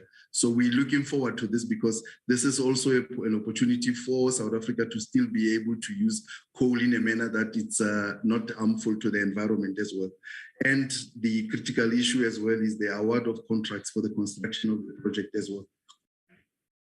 The next one is the Belk River Full Flow Augmentation Scheme. What I need to say about this, the project was looking, initially it was an emergency project looking at supply to the Western Cape. And we all know that there was a lot of drought in that particular area. Although things have changed around, there's been a lot of delays in terms of finalizing the awarding of or the institutional arrangements in terms of the contracts being finalized between the municipalities and the metro, which would be the Cape Town. And at this particular point in time, the number that's sitting there as a cost estimate is going to drastically change. And that's why one did not change this, but it's important to highlight to the committee that there are new figures that have come at this particular point in time, but we are planning to have a meeting. In fact, our meeting with the potential customers, it's this Friday, where we are going to talk about the cost revisions. And once that process has been finalized, we will come with a new figure in terms of where we stand. But I need to say that the figure looks very different in terms of the preliminary numbers at this particular point in time. So this has a potential of pushing back depending on the response that we get from the customers. But for now, the project is still in line, but we will see after we've gone through this process in terms of what the outcome is, because we need to work with the department and also the end users as well. The next one is projects that are under operation and maintenance. We are looking at the acid mine drainage and the Lesotho Highlands Water Project Phase 1. And I'm deliberately talking about Lesotho Highlands Water Project Phase 1, not Phase 2. I will then talk to Phase 2 in one of the slides later. And on the acid mine drainage, the objective is the operation and maintenance of the Western Basin, which has a high density sludge water treatment plant in a cost-effective and environmentally sustainable manner. I think on the Western Basin, we are not doing badly, because the plant is currently treating around 25 to 30 liters of megaliters per day of AMD. The quality of treated water does meet the Department of Water and Sanitation specifications. And on control decant prevented by keeping water level below surface. So we are able, there are no issues in terms of the Western Basin at this stage. The Central Basin, the target is to keep water below the ECL of 126 below surface. Target of maintaining AMD at 126 below sharp curve, not yet met. An increase of water ingress into the basin and a number of operational outages during the year has resulted in the failure to achieve the targeted water levels. I think we've seen that with the amount of rainfall that has taken place, there's been a lot of fresh water that has found itself into the ingress where we don't have this closed at this particular point in time. But we are working to recover on this particular one to make sure that we can meet that target. The problem at this particular point in time is the Eastern Basin, where at this particular point in time, we have had motor failures that have impacted the operations of the plant. And I think the committee would be aware that this has made the news at this particular point in time in terms of the potential decant of AMD. But we are working with the German companies, and I did ensure that there would be a question that says, but why are you not working with other companies to do this? The size of these motors, there are only 2 suppliers in the world that are actually producing this. So we are actually linked to, or we have no choice but to work with those particular suppliers. And at this particular point in time, we are looking at the German supplier sourcing necessary spare parts, and we are looking at the end of June to actually deal with the risks and to recommission the plant. The risk of environmental degradation is limited given that the risk of decant will not materialize before the pumps have been repaired. So we are still confident that we'll be able to deal with this matter. It is a bit worrying that we are linked to these particular suppliers because not a lot of people are doing submersible pumps, especially that deal with an acidic water such as the acid mine drainage. So this is where we are on this particular one. The next one is the Lesotho Highlands Water Project Phase 1. Water delivery targets are being met currently, and we are talking about Phase 1 at this stage. Successful outage was held during October and November 2019, looking at emergency repairs that needed to be completed. The reason why we're talking about this is once the pipeline gets into, the tunnel gets into the South African side, Tcta is responsible for that part. So there's always a coordination between ourselves and the government of Lesotho on their side to make sure that this is done successfully, because it is one pipe. It's just that one side of it, one side of the tunnel is in Lesotho, the other one is in South Africa. And we are planning the next outage for a 6-month duration. We are planning that for 2024 to refurbish the steel lining. And already the plans have started in terms of ensuring that by 2024, we will be ready to deal with this. And I know in the past, some of the questions related to what would it mean if there's no water flowing for 6 months. So part of the plan is to actually ensure that there would be enough water that can last us for that time. We have successfully dealt with this before and it has not been a problem. So planning for the next outage has commenced already, as I've said. And then looking at the transformation strategy, we're looking at procurement policy reform for goods and services, as well as for infrastructure development. Of course, this has been heavily impacted now. I think if I'm now looking at the topical areas now, in terms of the decision of that came out of the Concord based on the challenge that was put. So we are currently working with the board to get an exemption to be able to still continue with the projects that we need to do. But it is a process that we are undergoing because this is affecting all state-owned entities and companies. Provision of economic opportunities to previously disadvantaged individuals through preferential procurement, development of Black businesses through enterprise development with emphasis on women, youth, people, and people with disabilities, job creation and employment of local citizens, skills development, provision of bursaries to deserving students from previously disadvantaged backgrounds, and in general, looking at poverty alleviation where we can. Projects funded and implemented by Tcta. I think this is an important slide because it talks about all the projects that are funded and implemented by Tcta today. Now, this is the only space or place where I'm talking about the cost of the Lesotho Highlands Water Project Phase 2, because the project itself is being implemented by our sister company in Lesotho, which is the LHDA. But on our side, what we're doing is providing the funding. Now, for Phase 1 of the Lesotho Highlands Water Project, we are now sitting at 9.5 billion that is outstanding, but that is well managed and there are no issues there. The cost of the Phase 2 is sitting at 36 billion, and this is the work that we currently busy with. Of course, we are going through all the processes and making sure that we deal with things like the Namibia issue because of riparian issues, related issues. But it is a matter that that is being handled, and the minister has taken lead on this particular one. Funding and implementation of the Belk water project. You can see the number is sitting at 1.6 billion. Funding and implementation of what we call FRESAP, the Vaal River Eastern Subsystem Augmentation Project, 2.9 billion. Implementation of phase 2C of the Olifants River, it's sitting at 2.3 billion.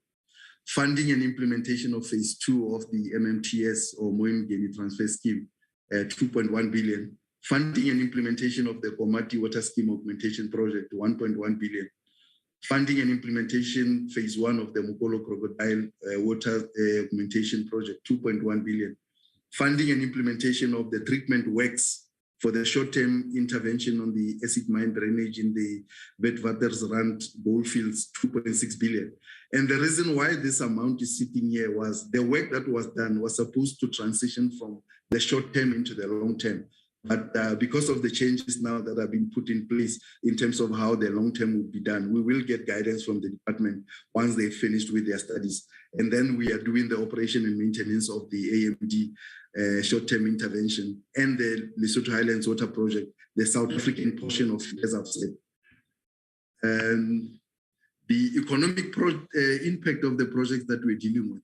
Phase 2 of the Lesotho Highlands water project, we're looking at part of the Vaal River, it is part of the Vaal River system, which support 50 to 60% of South Africa's GDPs. Nkomazi Water Project is part of the Mgeni system, which support over 5 million people in KZN.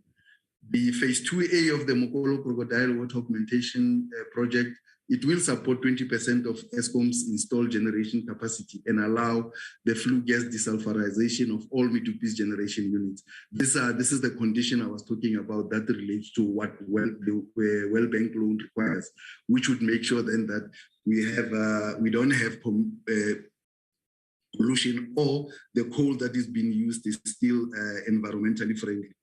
The Belk River Full Flow Augmentation Scheme, part of Western Cape water supply system, which support between 10 and 13% of South Africa's GDP. So these are some of the major projects in terms of looking at the kind of impact that they have on South Africa as a whole. And then I'm focusing on challenges, implementation of projects, raising of funding, and debt management. We've tried to keep this high level. Project implementation, challenges in agreeing on funding models with project beneficiaries and obtaining their commitment to sign off-take agreements contributes to delays in raising of funding. The reality is the cost of funding based on the size of the project is quite high or quite huge at this particular point in time. But we also understand that water has to be kept at a level where it can be affordable because it is enshrined in the Constitution. I think that's why our strategy is to also bring in National Treasury, where we have to look at whether there's a need or it's possible for the fiscus to come in, because normally our projects, we will actually go and not have to deal with the fiscus at all, unless there's a social component. And this is one of the issues, one of the main risks that we are dealing with as Tcta. The second one is raising of funding. Reduce funders' appetite for lending to state-owned entities and generally tight lending conditions under the circumstances. And we know that the SOE environment is not being looked favorably at this stage, but we believe that some of the, or Tcta specifically, is still at a point where we can try and get competitively priced funding, and it's work that we do. But it is a challenge looking at where SOEs are in South Africa and how they are perceived by the funding environment. Debt management, municipalities' ability to pay water tariffs, ensuring that tariffs are affordable, but also sustainable to assure viability of water sector institutions.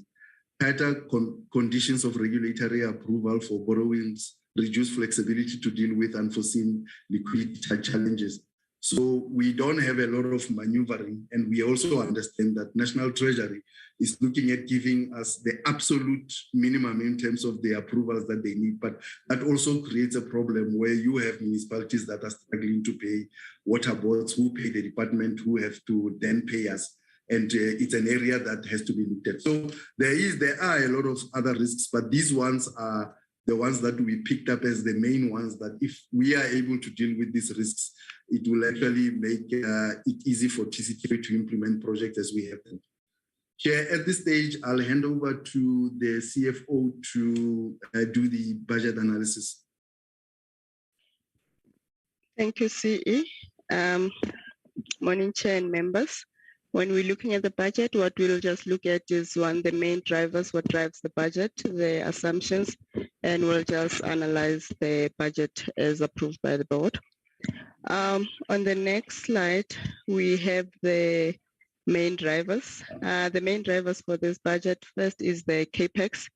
When we were doing the budget for the CAPEX, for those that are impacted by factors out of Tcta's control, we have budgeted conservatively for those. And but for the assets that are within Tcta's control, there's normal assets. We have budgeted for those based on what Tcta's needs are. The next item that we have is the staff cost. The staff cost, this is based on the approved structure. And this is basically the main driver for the admin costs, overall admin costs for Tcta. The next items that we have is the IT infrastructure and systems. On this, we just looked at the replacement of the assets, and then this was done in line with what our policy provides for. We looked at the system development. This one is just for our ERP system. We are in the process of procuring the system that is to assist in the finance, procurement, and HR. We currently mainly use the manual systems, and there are other, we use ACPAC, but then when we have to do the financials and other things, then we'll have to use a different system. So we're saying that this is a challenge, so we're trying to get one system to address all the needs of Tcta. The other driver is the legal fees. This is basically the support that we would need from the legal fraternity. We are currently defending, there are cases that we are defending, so we have budgeted for that based on what the current estimates are. And we're looking at, we'll need legal support that is for institutional arrangements, and for funding, we will be going out on funding, requesting for funding during the current year. We have also budgeted for some due diligence work that may be needed for the agency. The next slide, this is just on the budget assumptions. What we have done as well for these, we have looked at items that are outside Tcta. We have tried to budget conservatively for this because we don't have control over them. We have used a zero-based budgeting for all the projects, but we also took into account the current running projects and the contracts that we have, and to ensure that those are carried over into the next financial years. And for the inflation adjustment, we have complied with National Treasury's guideline, where they're saying that we should use the 4.5%. And then for salaries, we have used a 4.3% increase that is in line with the guidance that was received. On the next page, we looked at for vacancies, that is for payroll. We have budgeted for vacancies based on when we expect to place those. And we have also budgeted for attraction bonuses and merit increases. This was done due to the challenges that we experienced in the previous financial year in attracting and retaining talent. So we had to look at other ways where we can really attract the skills that we need as Tcta. And the office lease cost, our lease expired in December 2021. So we are in the process of securing new offices. So what we just used the estimates that we had received in the previous financial year. That's what we had budgeted for. And then for the consultancy fees, we did receive business cases for all the consultancies that were included in the budget, and we had to interrogate this to ensure that we don't really have the necessary skills internally before we go out. And for the all the admin costs, those that are directly attributable to projects are allocated to those. And for the indirect overhead cost, there is an approved cost allocation methodology that we used. And this methodology is reviewed as and when necessary, or maybe when there are changes in the project activities. The next slide, these are just the assumptions that we use for MTEF. I think for the tariff billing, these are based on the income agreements that were signed and on the budgeted water volumes. And we use the 4.5% increase for all the routine expenses, and that as well taking into account the current contracts that we have. For CAPEX, this is based on the capital expenditure plans that we have as Tcta, and we have looked at what the LHDA long-term cost plans are. And we have excluded all those projects where we haven't secured funding. Those will only be included in the plan once there is funding secured. In terms of the actual budget, I'll look at the first two columns are just for the 2021-22, and for 22-23, the budgeted revenue for the year is 7.9 billion. And with that, we have that operating expenditure of 2.4 billion. This is just a 12% increase on what we had in the previous financial year. And of this 2.4 billion, 1.4 is related to the Lesotho operating cost, and the admin cost, we have the 587. And for O&M operations and maintenance, we have budgeted for 461 million. And if we look at that, our operating inflows for the year, there's a budget of 5.5 billion. And if we take into account the finance charges that we are going to pay, which are 1.4 billion, we have a net working capital of 4.1 billion for the 2022-23 financial year.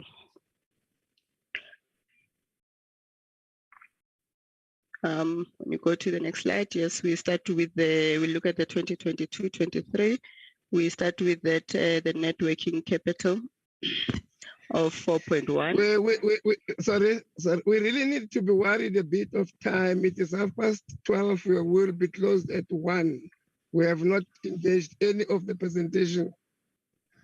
We might be having difficulty in terms of talking to it. Okay, maybe I'll just end on the slide, Chair, on the what we have under 2022-23, the network capital, we have the 4.1 billion. And of this, we have capital repayments, which are 1.5. And the normal assets that we buy as Tcta, it's 59 million, meaning the total expenditure for the year is 5.3 billion. If we look at this 5.3 billion of these, we need for Tcta projects, there's 1.2 billion.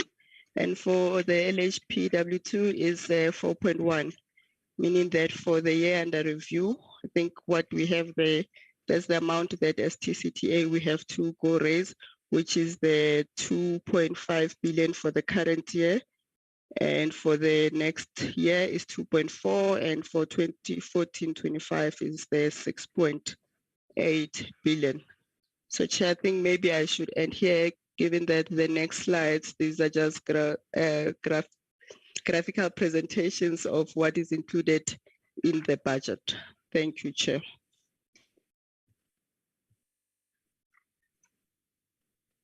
Yeah. Minister, Deputy Minister, I want us to allow us to ask questions. If there are things we have to say in answering those questions, please say so. But at least this 30 minutes, let us use it for people to can engage the report, the presentation.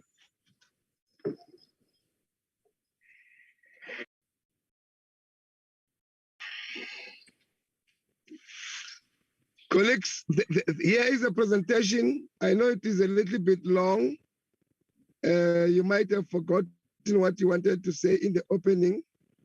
Please bear with me. It is beyond me. I did ask that let us write down our questions and let's engage. Only one hand is in the portal. Can I see hands?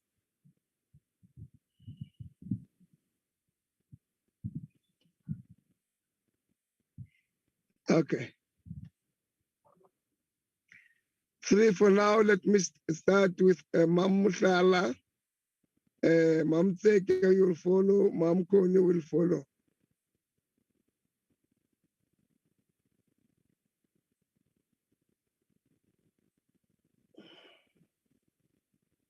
Mushala. Thanks, Chairperson. Let me take this opportunity and greet members. Chairperson, I've got a few questions. The first ones are on Trans-Caledon Tunnel Authority. The question is, the Water Research Commission undertook a study on women involvement in Tcta projects. Could the authority provide details on the findings of the study and the extent to which measures are in place to address gender inequalities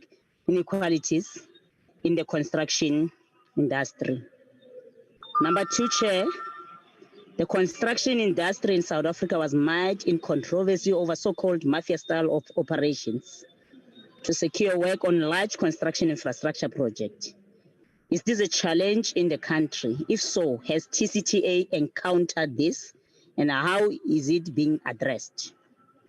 Chairperson, number 3, currently what percentage of the construction industry has been transformed to facilitate the entrance of Black companies into the market? 4, Chairperson, the last one on Tcta. Your presentation highlights some of the financial risks Tcta is likely to encounter in undertaking mega infrastructure projects. What measures are in place to mitigate this, and how is National Treasury supporting or creating an enabling environment to ensure smooth operations of the projects? Chairperson, the other questions goes to the Breede-Gouritz. Has the Breede-Gouritz Catchment Management Agency utilized any of the Water Research Commission's technology to assist with clearance of invasive alien species or hyacinth removal? Chairperson, number 2, has the Catchment Management Agencies identified compromised wetlands in their areas of jurisdictions? What is your view on the way in which South Africa is working to rehabilitate wetlands? Chairperson, last one, catchment management agencies are better positioned to deal with water allocation in terms of drought, climate change, current variability, as well as other issues. Do you think delaying the establishment of all catchment management agencies stymie the work of the department? Do you think that pro-catchment management agencies are able to operate as effectively as established catchment management agencies? Thank you, Chairperson. That's all. Thank you so much. Mccollum. Thank you, Chairperson, and let me greet all the leadership who's present here, including the Minister. Chairperson, also to appreciate the presentation by the 3 entities. And I think moving forward, at some point, you have to call them just to check if these APPs are implemented to the letter. Just a few questions from my side, Chair. The President, in his State of Nation address, put an emphasis on job creation as one of our government priorities for this current financial year. And all government departments and its entities are expected to make their own contribution in terms of job creation. My question is that what would be the entities, the 3 of them, contribution on the job creation? Secondly, Chair, with regard to, in relation to the climate change, how is all the entities that have presented today developing adaptation and mitigation plans on climate change in its work? The third question, Chair, DWS, when it presented its APP, it has a set target on procurement that focuses specifically on qualifying small enterprises and the exempted micro enterprises, which are owned by women, young people, and persons with disabilities. What would be the entities, or what would the entities contribute to these targets? I saw in the presentation of Breede-Gouritz, it's just generic. It's not specific in terms of the three vulnerable groups. And then the other question, what are the challenges in relation to transformation water irrigation boards to water users authority, and how is this to this challenge? The other question, Chair, is on Tcta. Tcta is implementing projects across the country. And in one slide, they spoke about allocation of bursaries to the students. I just want to check what Cherry for selecting the students to get the bursaries and how many actually had since its inception. The other one, in one of the slides, I think it's in the APP, Tcta reports that there are engagements between the Tcta and DWS on a planned establishment of a national water and sanitation infrastructure authority. My question is, what would this authority differ the soon-to-be established National Water Resource Infrastructure Agency? My last question, the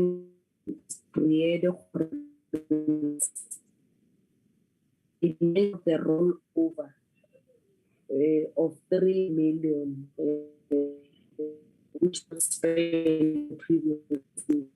Want to check if what was the not spending this allocation, and do they have capacity going forward to can be able to spend the 11 million budget to the current projects that they have identified? Yeah, I think those are my questions, Chair. Thanks. Ms. Sopesiwe.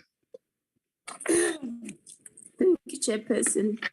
I would like to thank the Minister, Deputy Ministers who are in this meeting, and all the members. I just want to appreciate the presentation of the CEO, Jan van Staden from Breede-Gouritz. I just have I think it's 3 questions which I wanted to get clarity on, especially around 2017. There was a lot of drought in the north, in the Western Cape, and we saw farmers around Garabo area supplying the city of Cape Town and the surrounding areas during that period with water. My question is, how were those farmers allowed to keep such substantial of water privately? And what were the accounting systems put in place for them to hold such a lot of water? Is it allowed? With the forums which he referred to in his presentation, were they also reporting these occurrences? And then the second point I want to ask is regarding the river rehabilitation programs. Are there any black companies involved in those? And what is the ratio of their involvement? Can you give us more information and give us a breakdown on that? My third question is on boreholes. The boreholes drilled by farmers. Is there any accounting for the use of the water, or is it for free? So those are the three questions I want to refer to Breede-Gouritz. I'll come back to other entities, and I'm pleased to hear the minister that they're working closely together with the entity. Thank you. Can I come back later, Chair, for the Tcta? Chairperson, just quickly from Constance, can I please ask that Honourable Constance, please repeat the last question? I think it's around boreholes. Please, if you may, Honourable. Okay. May I, Chair? Yes, do. Okay, thank you. No, I just wanted to find out about the boreholes. If the farmers drill their own boreholes, and if they do so, is there any accounting system for the use of the water, or is it for free, or how do you deal with that? That's my question. I hope it's clear. No, I'm going to don't spare your questions to come back later. Finish them all because we want to deal with them once. Okay. So I also have another one for a few, 1, 2, 3 questions for Trans-Caledon, CTA, Mr. Percy Sishinami. I don't know if I pronounce it well. I would like to appreciate also your presentation, and it was quite informative. Minor questions, Chairperson, I want to ask. As per his report, there are technical issues regarding the management of acid mine drainage, and yet the mining hasn't stopped. This is not for the first time that has been reported to us, but I just want to know, how do they manage the situation with the water coming from the mines? The Belk, the second question is the Belk River floodplain augmentation. He said the budget is gonna increase significantly. Can I just get the reasons? I didn't hear it. He did put it in the report, I'm sorry, can you please repeat for me? What does the third one is, what does the agency do in terms of technical upskilling? I think that is also a follow-up on some of the members who spoke before me, especially around youth, black women, and the water, in the water engineering sector. If they can also give us, quantify, like a breakdown to say so many women, so many youth, which areas, which province, and so on. So that's just to have an idea. So those are the few questions I have. Thank you, Chair.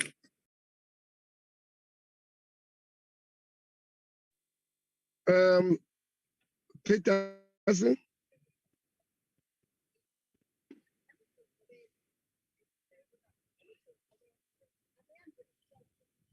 Honorable Peterson.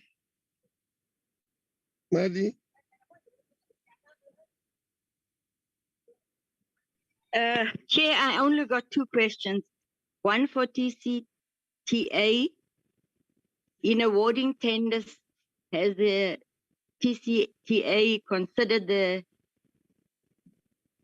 Department Water and Sanitation output indicators relating to the qualifying small enterprises and the exempted micro enterprises annual targets in your procurement plan? I just want to find out if they look at that. And then the second question is for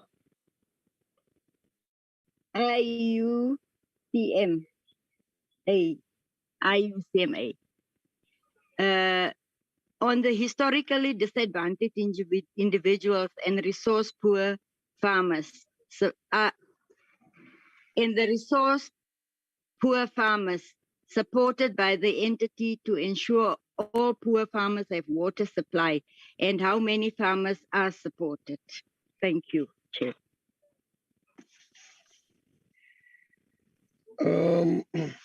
Thank you very much. One or two from me.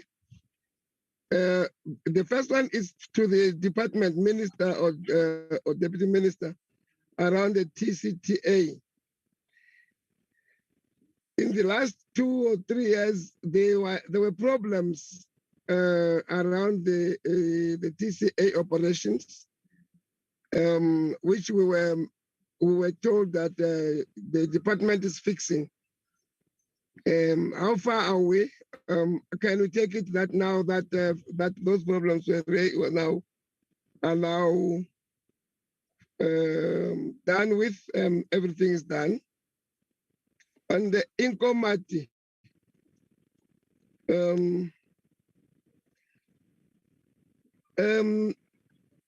the difficulties that you have, for instance, I know that Nyaka Dam at some point dries up and sometimes it holds water. It supplies big areas of bushback ridges, Antia, Ancient Court, down to on the far southeast of the area. But at some point it was run by Rainwater. It is now back to bushback municipality. What is really the benefits of the fact that the dam is now run by the municipality as compared to the time when Rainwater was the operative water utility? I want to ask, there is a dam in the mountains of Muhuluhulu called Sebran Panikar Dam. And I've asked this question at some point. I don't get a sense of what we're doing about that dam. That dam is too huge. In actual fact, when we grew up, because I grew up visiting Matibidi through that Oristad Road, we were of the view that that is a sea because we did not know what a sea is. Nothing is spoken about that dam, the Muhuluhulu Dam called Sebran Panikar. What is happening in that one? I want to ask on the Breede-Gouritz, you are saying you are utilizing 77% of your total budget to employees' benefits, when the norm in the world is that at most you can go to 30, but acceptable norms are 25%. Now, do you want us to believe that you exist solely for purposes of disbursing in monies to employees? I mean, your goods and services only is accounting for 11% of your budget. My 77% is for salaries only. It is even worse. Your board, it's one point something percent. Your board money.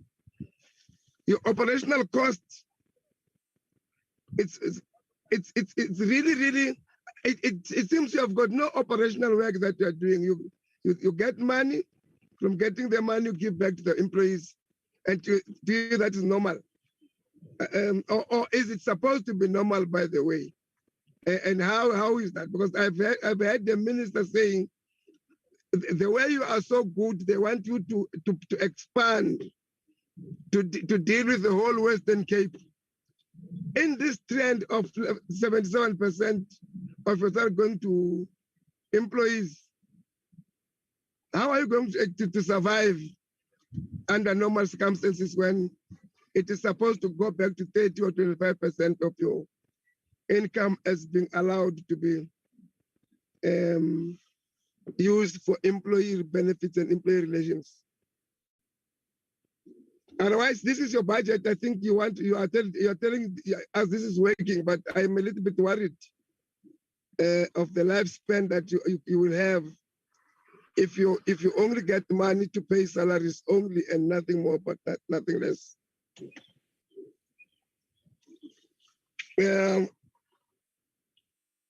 We are now expecting to be answered, Minister. If you are starting, please start. If you are giving your people to answer first, do so. But we are in your hands now.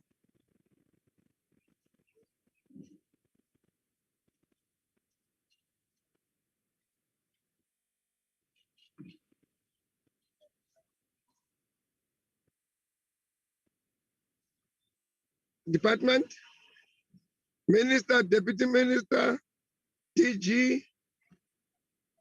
I know that there's an acting DG, or any of the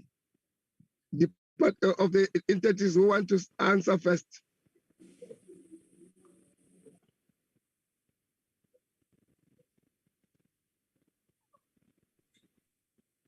Yeah, if there are no hands, I can start with the responses. This is Basis Chairman from Tcta, with your permission, Chair. Yeah, I'm saying that there are no hands. I'm awaiting you to answer. That's why I was saying the minister or the deputy minister or any other person. Okay, then I will start then, unless the minister or the deputy minister wants to come in. The questions that were asked to Tcta, and I will ask members if there's anything that we've left out, because some of the questions are similar. So one would answer them in the same way, in the similar fashion.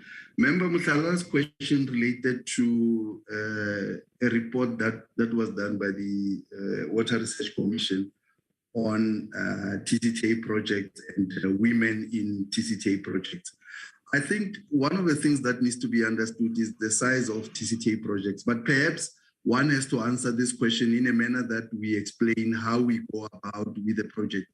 Because of the size of the project, there's a lot of work that we do on the ground before we even start with the project, where it actually assists us to even answer your second question, Memuthala, of the construction mafia, because it's a reality, it's real, it's something that is there. And in terms of how we deal with it is we actually have a unit that goes on the ground and engages with the community and the community leaders as well, whether from a formal political side or even in terms of traditional leaders. And part of that would now be looking at talking about the projects, looking at the skills that are there at that particular point in time. But you'll always find that there's a difference between the work that is available, and I think this was also asked by Mecheke and members opposing, in terms of, or Peterson as well, in terms of qualifying micro enterprises. There's the side of the core business, which are now the big projects that we need to do. So there is that process where we go on the ground, we engage with the communities, and then we find their skill sets. And there's a process that gets followed in terms of ensuring that the locals are able to benefit from the project as we do them. And that's part of how we roll out the projects on one side. The other side would just be in terms of normal business from a point of view of what we need to consume as Tcta. In that, then we follow strictly the rules as set up by National Treasury in terms of how we deal with these particular matters. Now, the case that I have mentioned is very important if you consider the outcome thereof, Chair, where we're talking about the stop that has been put to the SOEs in terms of going out into the market. The way we've looked at it and analyzed it, it says the state has to go to the pre-2017 rules, where we had much more say in terms of how a tender needs to go out. It has good and bad. In the good side is you can actually say, this contract is going out or this tender is going out and it has to be for, we're looking specifically targeting the youth, targeting people with disability, or targeting women. But post-2017, we could not do that. We had to go with the instructions that are set up in National Treasury. Otherwise, these would have been audit findings. So where we're sitting, we are waiting for final outcome in terms of this, but this tool would actually come in handy to be able to deal with these matters. So sometimes the state and its entities can do much better, but the rules sometimes are the ones that are making it difficult to actually do some of the things that we need to do. But to answer the question is, that's the process that we follow in terms of ensuring that we do have women in Tcta projects, but it's in as far as the amount of work that they need to do. It needs to be remembered that primarily we go into the market to borrow money, and this is where probably our space is a bit unfair, where you're talking about project financing, because sometimes you get money coming from countries outside, and then they send their own conditions in terms of what needs to happen. But we always make sure that we are aligned to the SONA constitution of the country in terms of the rules from a point of view of how do we do procurement. So that's the process that we follow. I think high level, I did talk about that in terms of our procurement strategy to make sure that there's alignment with the government's intention. So that's the process that we follow. Where we can, it's on the smaller projects, or when we're looking at things like office supplies or other just day-to-day things, where we actually ensure that we look at the micro businesses and we are able to deal with matters of disability. On the issue of disability, that one we try to deal with also in terms of who do we recruit and what kind of qualifications do they have, and there are processes that we follow on that part as well.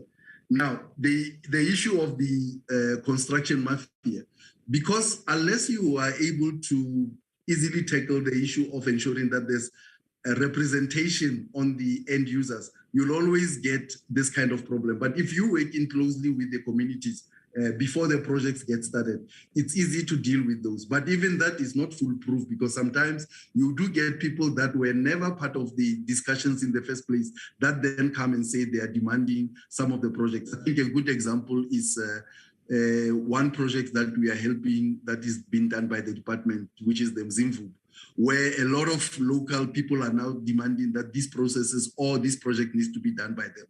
But the issue becomes the small players as well. There's always a problem with guaranteeing the work that they've done, especially if you're talking about multi-billion rand projects. That's why we now force the main tenderers or whoever is the people that have won the tenders to give them targets in terms of how many people do they need to appoint at subcontractors, but still ensuring that that won't get used against us by people that says you forced us to appoint people that don't know what they're doing, so it's a problem. So it's something that we manage all the time in terms of how we deal with that. But we found that with communication and making sure that we can identify and deal with the legitimate leaders in the different communities, it actually goes a long way in terms of dealing with this particular issue. And I think it covers quite a number of questions that have been asked by other members. And I think as part of that, that also answers the issue of facilitation of new entrants. Because if we set the targets properly and say, these are the conditions in terms of when we do procurement, to say, you will get X number of points if your structure looks like this, or if you are able to bring new entrants as part of your submission. And this is the right trigger where we are able to force new entrants to work with those that have been in the sector for a long time or that have the capacity, because other than that, you will not have the skills transfer that you need. There was a question that talked about how do we deal with mitigating the funding challenges. For now, because we are an SOE or a special purpose vehicle that does not even have a balance sheet, we rely on the department and also National Treasury giving us the direction in terms of what we have to do. We have started looking at engaging with other, trying to find other sources of funding except for the banks, because this is a real threat if one thinks about it, because the banks, if you look at their credit committee, which are the committees that make the decision whether they want to give us money or not, they will always look at how exposed they are to Tcta and the other institutions. So you always worry about that. So we are also now starting to look at saying, is it possible for us to start looking at even the people that are tendering to start bringing their own money? Because it's very important that we don't get to struggle to be able to do projects. But this is a bigger issue where National Treasury has to look not only at Tcta project or water projects, but the whole country's project and try to do a balancing act on that. And we work closely with them to actually make sure that we meet their conditions. But at this stage, what we are doing is we are diversifying the sources of funding, but we are very careful as we do that, because it's very important that we can actually even get the funders to do that. We need to make sure that the cost of that funding remains competitive. I think this also touched on the matter of job creation, because We create jobs on the basis of the projects that we're doing and where the projects are. The good thing with that is these would actually pass through many communities if you consider the size of what we're dealing with. And we are able to get job creation supported through the implementation of the project, but also the conditions that we put in when we actually do the procurement and managing the project. The issue of bursaries. We are a small organization, currently sitting at 171 or so people. But as part of that, we have allocated for this year that we are engaging on about 9 bursaries, and we have about 7 interns. Part of that now is to also answer the questions in terms of how do we bring the youth into this particular space to make sure that... We confirm me? Yes, I've confirmed. Let me just check here, unless it's the other way around. It's 7 bursars and 9 interns.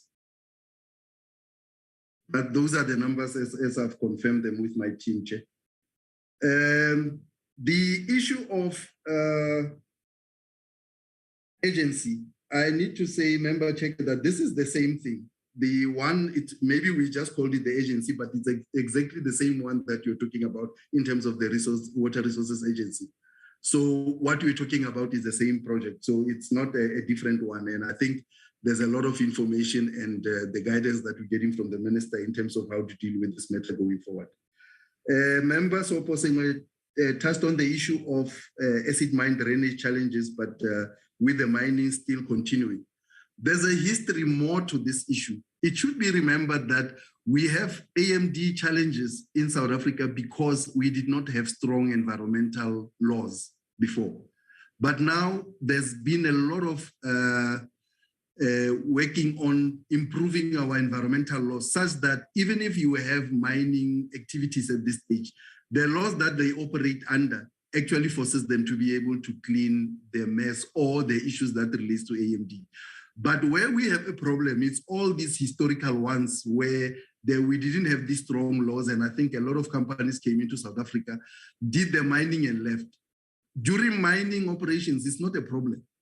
It's post that where you have all of this exposed tailings where you don't have anybody or there were no legislation that dealt with those. So all of these things are related to areas where there was mining activity before. But South Africa has gone a long way in terms of ensuring that the current mining activities are actually strict to actually ensure that there's rehabilitation funding that is put in there before licenses are given, and it's actually checked on an annual basis. So we are covered in terms of current mining operations. It's just now dealing with all that history where it becomes a problem. And this is where the whole AMD comes in.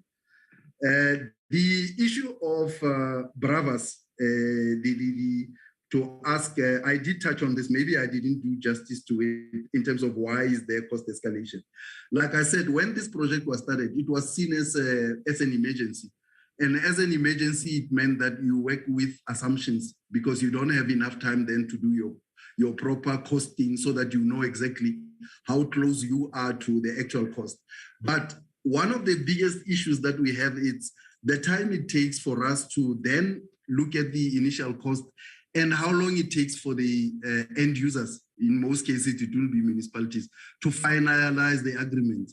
If one were to look at this particular project, they're toing and froing between us and the municipalities. And the municipalities and the city of Cape Town had their own issues in terms of how much water needs to be allocated to whom. And also the farmers as well wanted to be part of this particular process. As these things take long until we get now the finalization where the different municipalities, the structures that needs to approve them, actually approve them. Sometimes it can take multiple years, which is the case here. And that means now you have costs that are getting out of hand because we don't have those agreements signed. And National Treasury is very clear that they won't give us any approvals to go into the market if we don't have contracts that are binding the end users to be able to repay those costs, because it's one of those things where they say that would actually be reckless for them to say, go into the market, borrow money, and then you don't have customers that are actually saying they will pay. So that's one of the other things that have created this problem at this particular point in time. Hence, we now need to go back to the drawing board and engage with everybody. Technical upskilling, I think I've touched on that in terms of how we deal with the project. And what I need to say is, despite us being as small as 171 employees full-time, we appoint people on the basis of the project. Any projects that is now getting into the implementation phase, we will appoint people contractually to actually ensure that for that phase, whether it's a 5-year or even more than a 5-year, people will be appointed just for that project. And then that's how we do the technical upskilling. At the end of the project, then their contract would end, because other than that, if there are no projects in the pipeline, we'll end up with a lot of overheads that we cannot afford. So we try and make sure that the core work and activity is limited, but when we are having projects that we are implementing, then we increase accordingly, but the lifespan of those contracts are linked to the project as well. Then that's why we are able to keep the cost a bit low as well. Member Peterson, I think I've covered the issue of qualifying micro enterprises in our procurement. The way I would answer that question is, we are able to deal with the department because we will now have a shareholder compact where the minister would say, from Tcta, this is what my expectations are. And the board would now then further devolve that into the business by having contracts with us now by way of shareholder compact that would now say, this is what the minister has instructed the board, and this is how the board would now ensure that these particular targets are met. And I think from the minister's point of view, the amalgamation of all those different shareholder compacts would make up what the department would now stand for in terms of what they are looking at. But I think the board itself as well would be looking at these particular issues. But like I said, if there's one thing that one would say it's important, it's also getting guidance from the committee from a point of view of how this latest judgment that came out of that related to procurement needs to be dealt with in a manner that gives us more breathing space. Because unless we follow that, we are not complying.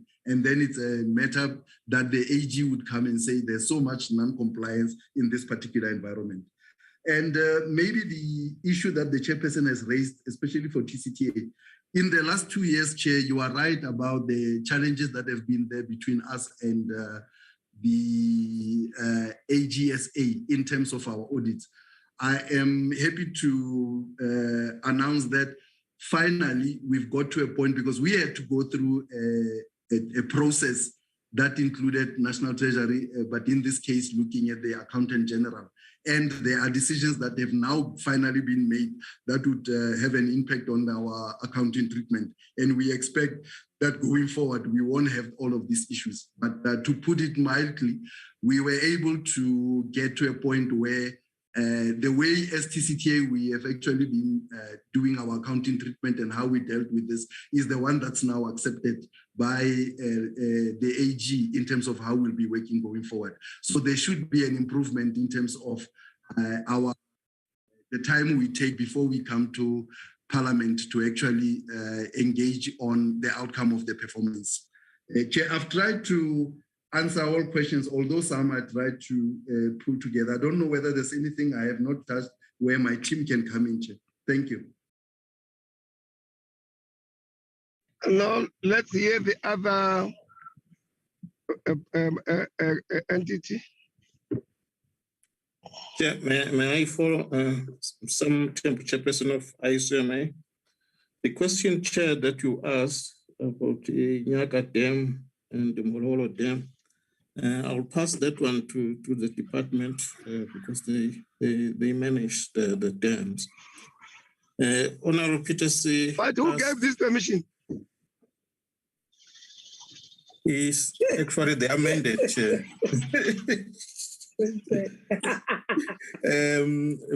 With your permission, Chair. All right. Let's continue. Honorable Peterson asked about the support that we give to the historical disadvantaged farmers. We do give support in terms of water license applications. I will ask the CEO to just give numbers to the committee on that one and other support that we give to the historical disadvantaged farmers. The question asked by Honorable Member Matsege, job creation, we do have job creation that we do in lots of areas. I will ask the CEO to give numbers on that, as well as climate change, what we're thinking about to do. Also, the CEO will talk to that. And water boards, how we work with the water boards. Also ask the CEO to talk about that. Honorable Mccollum asked about effectiveness of operation of the CMAs. From the discussion and the information that we get from stakeholders, we believe that the CMAs are relevant because we talk to the people in our water catchment areas, and if they get us to know each other in terms of their problems they have, we were quick to sort out those problems. The CEO again will add on that one. CEO, if you can continue, give the committee information on the question asked.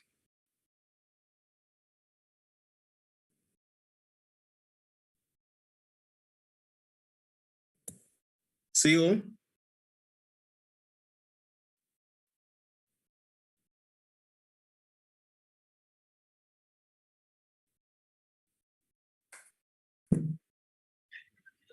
Are people just have logged in and left, or are they still in the meeting? CEO, are you there? No, we are here, Chair. I'm here. I want to. Now, why are we not answered? Are you not participating?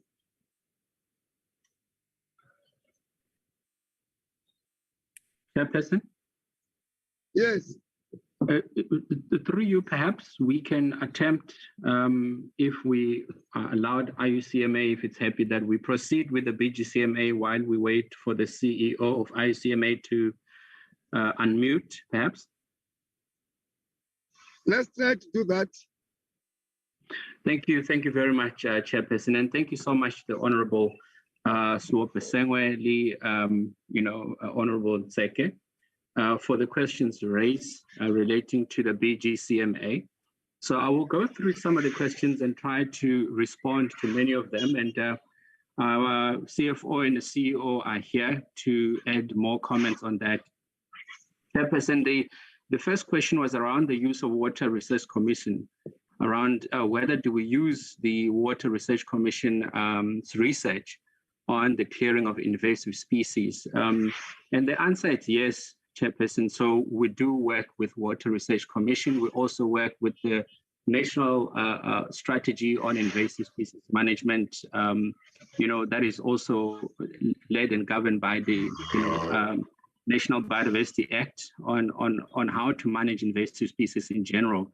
So we certainly are using that they research in the application of the invasive species management. But what is very important to highlight here, Chairperson, is that BGCMA itself, although it may influence how the work is done in terms of the specification and so on, we do not actively go out and clear these aliens, but we work with different agencies and various small SMMEs in the area. And I think this goes to the question that was also raised. I think it was a comment raised by yourself, Chairperson, when you said the total budget of 67% being against the world standard in relation to the human resources. And it is because we are not what you call an operational entity. We are largely a service entity that provides services and expert input. And hence, if one refers back to the strategic focus areas which we've highlighted, all of them, including the water resource management, under which the alien invasive species fall, that is, it's a specialist input. So we hire specialists rather than, providing operational services, which would obviously shift the graph in terms of how this actually looks. And I think it will always look bad, Chairperson, when one looks at the budget versus, or rather, I should say, when one looks at the human resources budget versus the operational budget in this case. And There was also a comment or question raised around whether have we identified vulnerable wetlands in the area that need rehabilitation.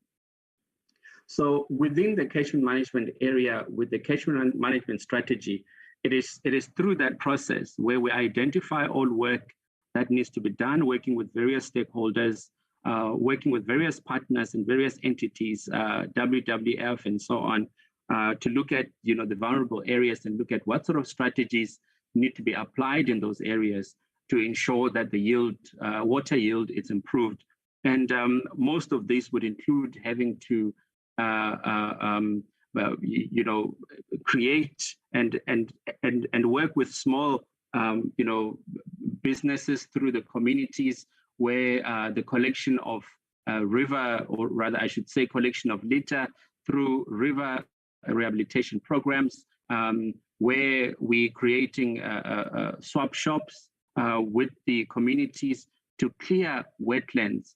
But mostly the challenges with wetlands, if it fails, in other words, if the the environmental, the EIA processes allow for that wetland to be built on, I think we have lost the battle there. But if the wetland is still in shape, those wetlands also forms part of the catchment management strategy, and they are rehabilitated accordingly. The third question, Chairperson, it was around, if CMAs are important in decentralizing services and reaching out to the communities, why has it taken very long? Chairperson, through you, this question I would, put it back to the department. But from where I am and from what I can, respond to is that there's been a back and forth around, how many of these catchment management agencies should the department establish? And I think one of the challenges was in relation to the very same question you were asking, Chairperson, of saying, how many of these entities do we have to create? It will end up costing the state a lot of money to establish them, considering the fact that we obviously not delivering the services as one would actually expect. So you would end up having many boards and so on. But the department has already committed of establishing 6 catchment management areas in the country, and in certain areas they're going to look at amalgamating areas where it makes sense, boundary-wise, to make these entities, cover a bigger area. And this is related to try and save cost in that space. And most of the staff that would end up working in the catchment management agencies would come from the regional offices. So you may see catchment management agencies' budgets going up, once again, but those would be the staff that would be coming from the department. Also, one would say the department's budget would go down while the CMA's budgets go up. And that's the kind of picture that we might be experiencing as we go forward. And the other question, also looking at time, is the job creation question. What is the BGCMA doing? And I think the comment was very specific in saying, our presentation was very generic. It's a fair question and it's a fair comment. And it is because our work, it's primarily catalytic in how it works. So when we actually, go out and we issue licenses, the license itself, it's able to allow water access, water rights, and so on. And the agricultural activities, irrigation, and so on, that's where the actual job creation starts to happen, in there. When we deploy rainwater harvesting program, that's when people who would have otherwise never had water, now they have access to water, they're able to irrigate, and they're able to create, employment in that way. And so that's how we create job in our space, to create projects that create jobs. Not actively ourselves creating that job, although we do have internship programs where we've realized the gap in the water resource management as well as services as well, to ensure that we work with various entities like the University of the Western Cape, Cape Peninsula University of Technologies, where we've signed memorandum of understanding to work with them to try and absorb interns from these entities for a period of 3 years to build skills in the sector. So that's another way we're trying to ensure that we're creating jobs there that are sustainable in a way. And the question of drought, why is it possible for farmers? So this, it's in relation to the water rights. So where farmers have water rights, it may appear as though they have water. And I think we should be, it's a very tricky how to respond to this question here, but rather is that, I don't know whether I should say one should be grateful that the water was there, but I don't know if that is appropriate. But all farmers who have water, they have water rights through the licensing process. And we are happy that during drought, they allowed access to the various municipalities to access and distribute that water accordingly. And there was also a question on whether farmers drill their own boreholes. So yes, the answer to that would be yes, they do drill their own boreholes following the approval. It could either be through a general authorization or a water use license, depending on the amount of water that is to be abstracted. And obviously that would be accompanied by a metering system in line with the conditions of approval, Chairperson. And I think I've touched on the issue of total budget, but there was the other point that related to the rollover of unspent budget of about 3 million. We've seen this happen in the past, Chairperson, but the CFO can touch slightly on this, where we find ourselves not being able to operate because the augmentation budget would have otherwise arrive late from the department. So you find that the rollover budget always allow us to kickstart our services so that we do not delay.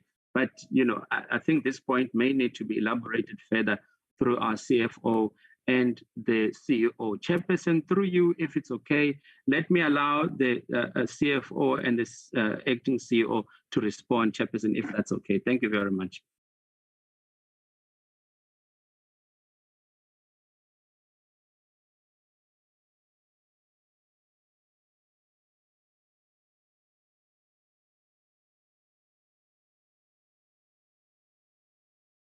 After you, Yanni. Nelly, you can go regarding the rollover budget. Okay. Thank you, Chair. The Chairperson has already covered that one of the reasons is due to late receiving of the funds from the department. Even now, we've already on the 2nd month of the new financial year, but we have not received any funding. And also another reason for the rollover is due to committed funds for validation and verification. We are busy sending out the letters to the water users to confirm the registered volume. So those are the rollover amount. Also the alien clearing as well as the rain harvesting tanks. All these projects were delayed due to lockdown restrictions.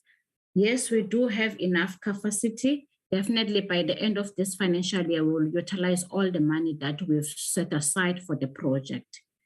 Another question was about the qualifying small enterprise owned.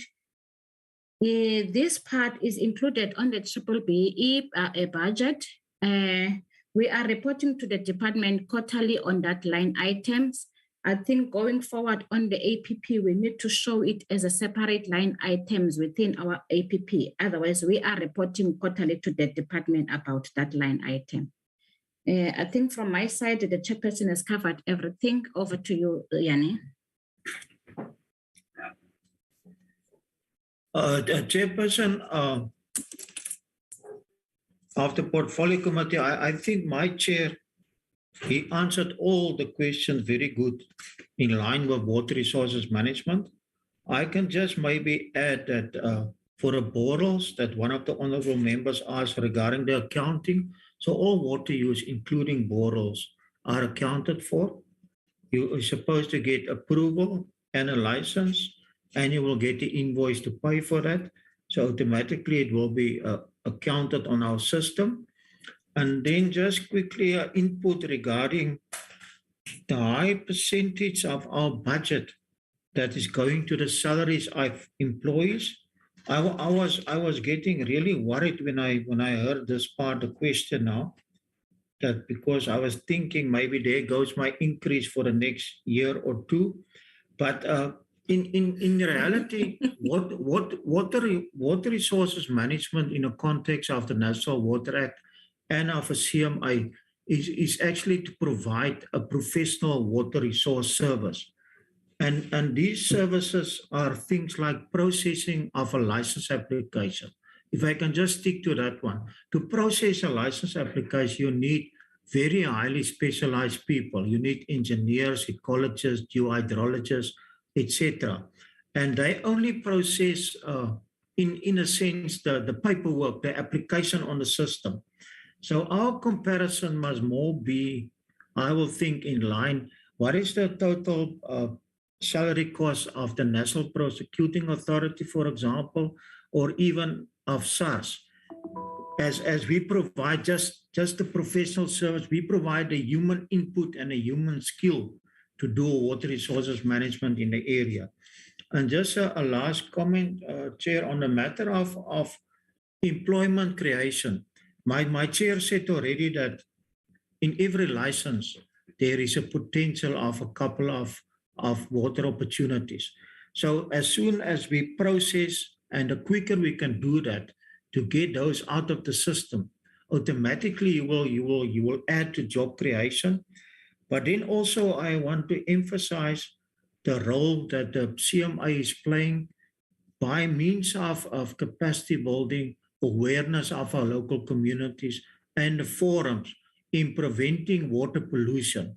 Because our area is mostly a farming community where the farmers irrigate for export or domestic use. So if the quality of the river water is not of such standard that you can irrigate, then automatically that irrigation practice cannot take place, and there will be a reduction in total employment, especially on the farms.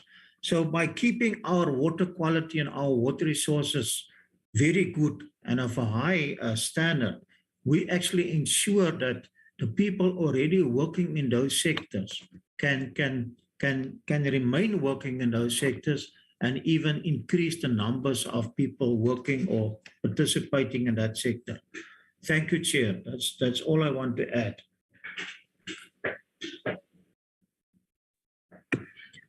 Thank you very much.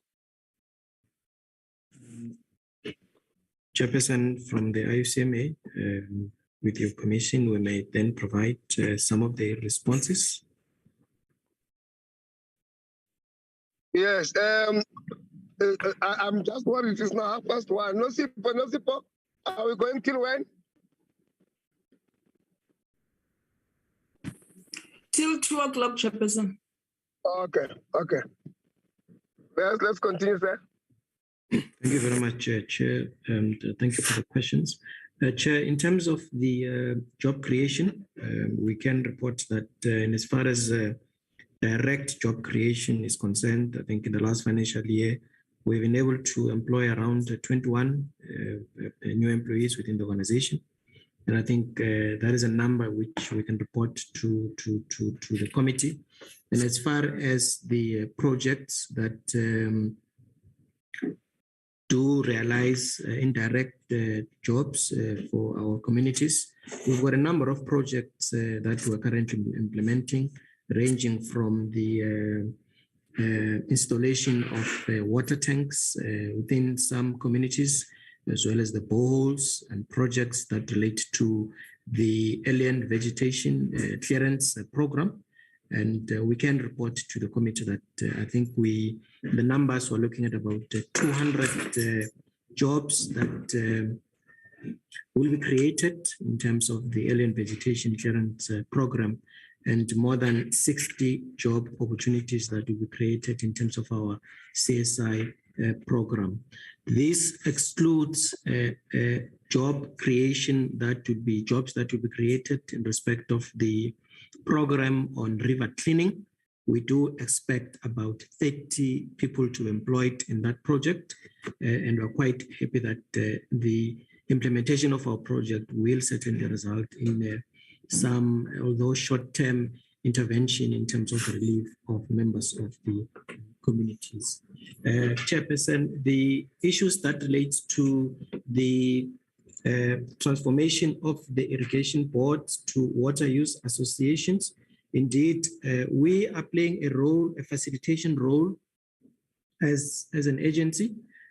We have now issued through the department key principles which are non-negotiable, which are contained in the Transformation Charter. Up to so far, we have been able to appoint an internal task team to implement the project. That is the facilitation. We do have the terms of reference for the establishment of the Inkomati-Water Users Association. We do have, which has been recently finalized, the Transformation Charter for the Water Users Association.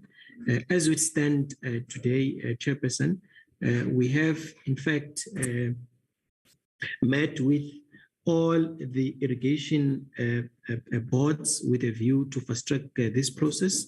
The 26 irrigation boards will be transformed into only 2 water use associations, and the proposed Inkomati, which is amalgamating about 17 irrigation boards into one, and amalgamating other irrigation boards, which will then bring the total to 2.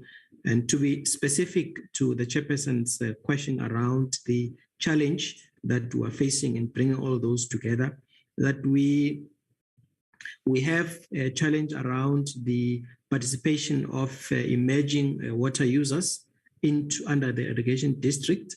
Their participation is quite minimal. That's the first challenge. The second challenge would be the participation and involvement of other water users who are traditionally not within the irrigation board's jurisdiction, being the industry and other sectors. But when we met with the irrigation boards, there has been confirmation of support from them around this specific program. It's a program which we are really piloting and want to see it to the conclusion thereof in the current financial year 2022-2023. In Nyaka Dam, our participation in the work that we do is in relation to the control of the resource in the dam, in terms of the availability of the resource, as well as issues that relates to the quality of the resource in the Nyaka Dam. And we do have meetings that are convened, particularly the River Operations Committee that are convened on a quarterly basis with all the users within that area of the dam, where we do deal with issues of restrictions when we foresee that our data is informing us that there will be less water in terms of the usage of the resource within that dam. The dam is currently a dam that belongs to the Department of Water and Sanitation. Our role in the dam is to only look at issues around the quality as well as the quantity of the resource. We are looking at the development of a climate change strategy. At the moment, the strategy is in a draft format, and I think in the next quarter, we should be able to have finalized the draft strategy in terms of the climate change issues. We continue to ensure that there's sufficient allocation to triple BE entities, and with a commitment that the board has been able to make with the allocation of close to 30 million in the current financial year around the support of enterprises and their capacitation, and not only in supporting them through procurement, but to build capacity within those entities. And the further segregation will be done in terms of ensuring that we support women and the youth in this program to ensure that those entities, they actually prosper. The resource poor farmers, we do have a program that is supporting them. At the present moment, we have only about 4 beneficiaries, and we're expecting the number to actually grow in the current financial year, because we are supporting co-ops in terms of training, in terms of ensuring that in terms of water storage, in the form of tanks, as well as ensuring that we are partners with the communities as well as the resource poor farmers, ensuring that the kind of infrastructure that they also require is actually provided to them. In the current financial year, a lot of focus is going to be in that specific area, and we hope that the number should certainly grow from what we see now being the 4. Chair, the dam that the chairperson has referred to, Mccollum Dam, it looks like this is a private dam within the Hoedspruit area, which is not currently operated by the department nor ourselves in terms of the resource issues. I think, Chair, those were in the main the questions that were asked. The last 2, Chair, in terms of the wetlands, we consider this matter to be to be critical. So what we do is through the water use authorization process and our compliance function and enforcement, we do ensure that when we do consider the application for water use licenses, the protection of wetlands is of utmost priority for us. And in instances where there will be an impact on the wetlands, certainly some of the conditions that we put for approval by the department is on issues around rehabilitation of the wetland by the applicant of the water use license. And we are quite satisfied that the current skill set we have internal within the organization and working with the department colleagues who are also skilled, we should be able then looking at these specific areas. The last one, the HDIs that were finalized, they were looking at about in the 2021-22 financial year, we had about 28, which for the HDI sector. And we also want to see an increment in that number in the current financial year, largely due to the kind of support that we want to give to the HDI within the application process. As it stands now, we do go physically to them, we assist them in terms of the registration in the wheeler system, we assist them in terms of what kind of documents are necessary for them to submit for the process of the application, and taking them through each and every step until the application process is concluded. Of course, we want to see more numbers coming in to empower the HDI in terms of entitlement of the water rights within our operating area. Thank you, Chairperson, for the opportunity, and that will be our responses to the questions that were asked.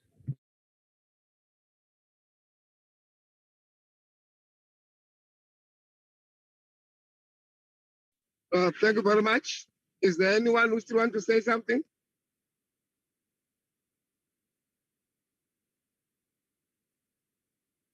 Members, are we all satisfied? Yes? Yeah, this is Lusenga, standing in for the DG. We thank you for your guidance today.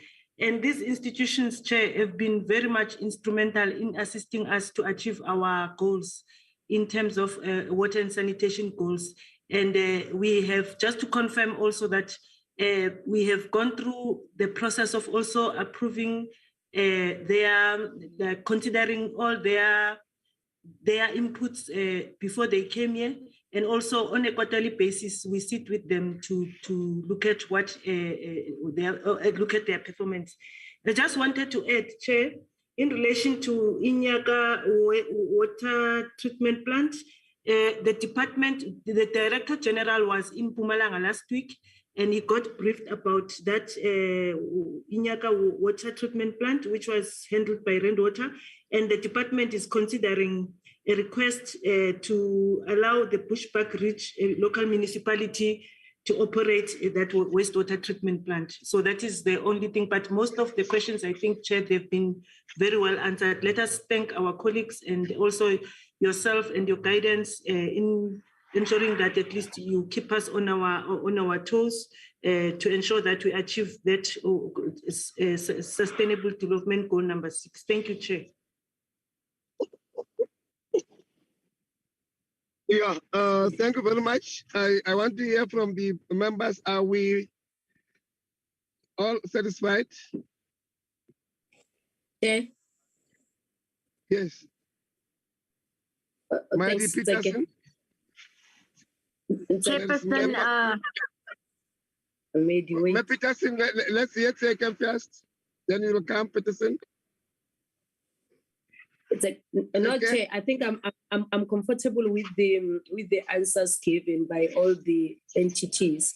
I thought when the department responds, Melusenga, I thought you'll also confirm your engagement with what is this? Inkomati-Usuthu with the budget shortfall, your engagement, whether you'll then assist them going forward in terms of their business model, because I think this is a concern for members. I want to hear your voice. Okay, thanks. Thanks, Chair. Mccollum, let's hear first, Peterson. Chairperson, now I just want to say thank you to the presenters of the answers to questions, because there were two things that I wanted to ask and they replied to it before I could ask it. Thank you. Chair, can I just say something? Yes. Chairperson, I still feel that the issue of boarding, water, yes, the chairperson of Breede-Gouritz responded, and he said the question was a bit tricky because at the same time, as much as he doesn't know if it was proper for them to do that, to hold water, but fortunately they were able to provide. That is a gray area which needs to be dealt with, but I will still continue to raise it, because we cannot allow a situation where people keep water as if they are owning it privately. Water is supposed to flow, and it does not belong to any farmer or an individual. Yes, the positive is that the different municipalities were able to get water, but the principle around that is my problem. So the other point which I wanted to emphasize is on the Tcta, yes, about upskill. I agree that they don't have finances, they don't have this and that, but it's important that we skill our people. They go to schools, they go to universities to motivate young people to go in that direction, because otherwise you're going to have problems in future. Some of will have, people are beginning. Sorry?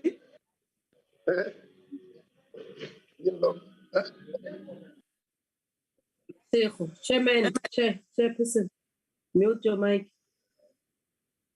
Okay. Can I continue? Yes. Chairperson, I feel that we it's our responsibility, and even the department, to make sure that we skill our young people. Otherwise, we're going to have brain drainage like we have at the moment. We cannot forever say that we don't have people with skills, and the skills which we give are just like temporary skills, and then after that, they are going to be in the streets unemployed.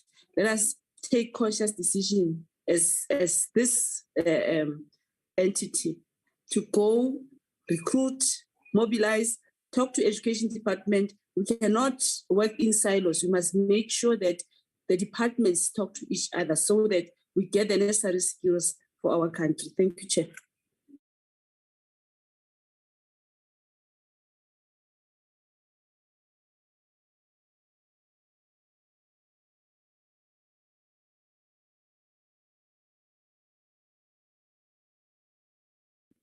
Am I the only one here? Everybody's gone. Okay. No, we've heard you. Chairperson, Mashego. Grace. Looks like. Oh, okay, you're still here. No, I'm fine. I'm fine. Okay. Honorable Connie, yeah, Honorable Connie is finished now. Honorable Connie, you can allow our department to respond. Okay. Yeah. Thank you, Chair. May I, Chair? Yes, do. Yes, may I submit that the department will work with Inkomati-Usuthu Catchment Management Area Agency regarding its budget in terms of their funding model. And also we've taken note and we'll consider the issues, keep them on the agenda, the issues or the gray area about hoarding of water, and also the issue about the skills. Thank you so much for your guidance. I submit. Okay. Do I take it that we are all answered, honorable members? We find Chair. If so, we might have come to the end of the meeting where we believe we want some follow-ups. We can make that in writing if we do. But thank you very much. The meeting stands adjourned.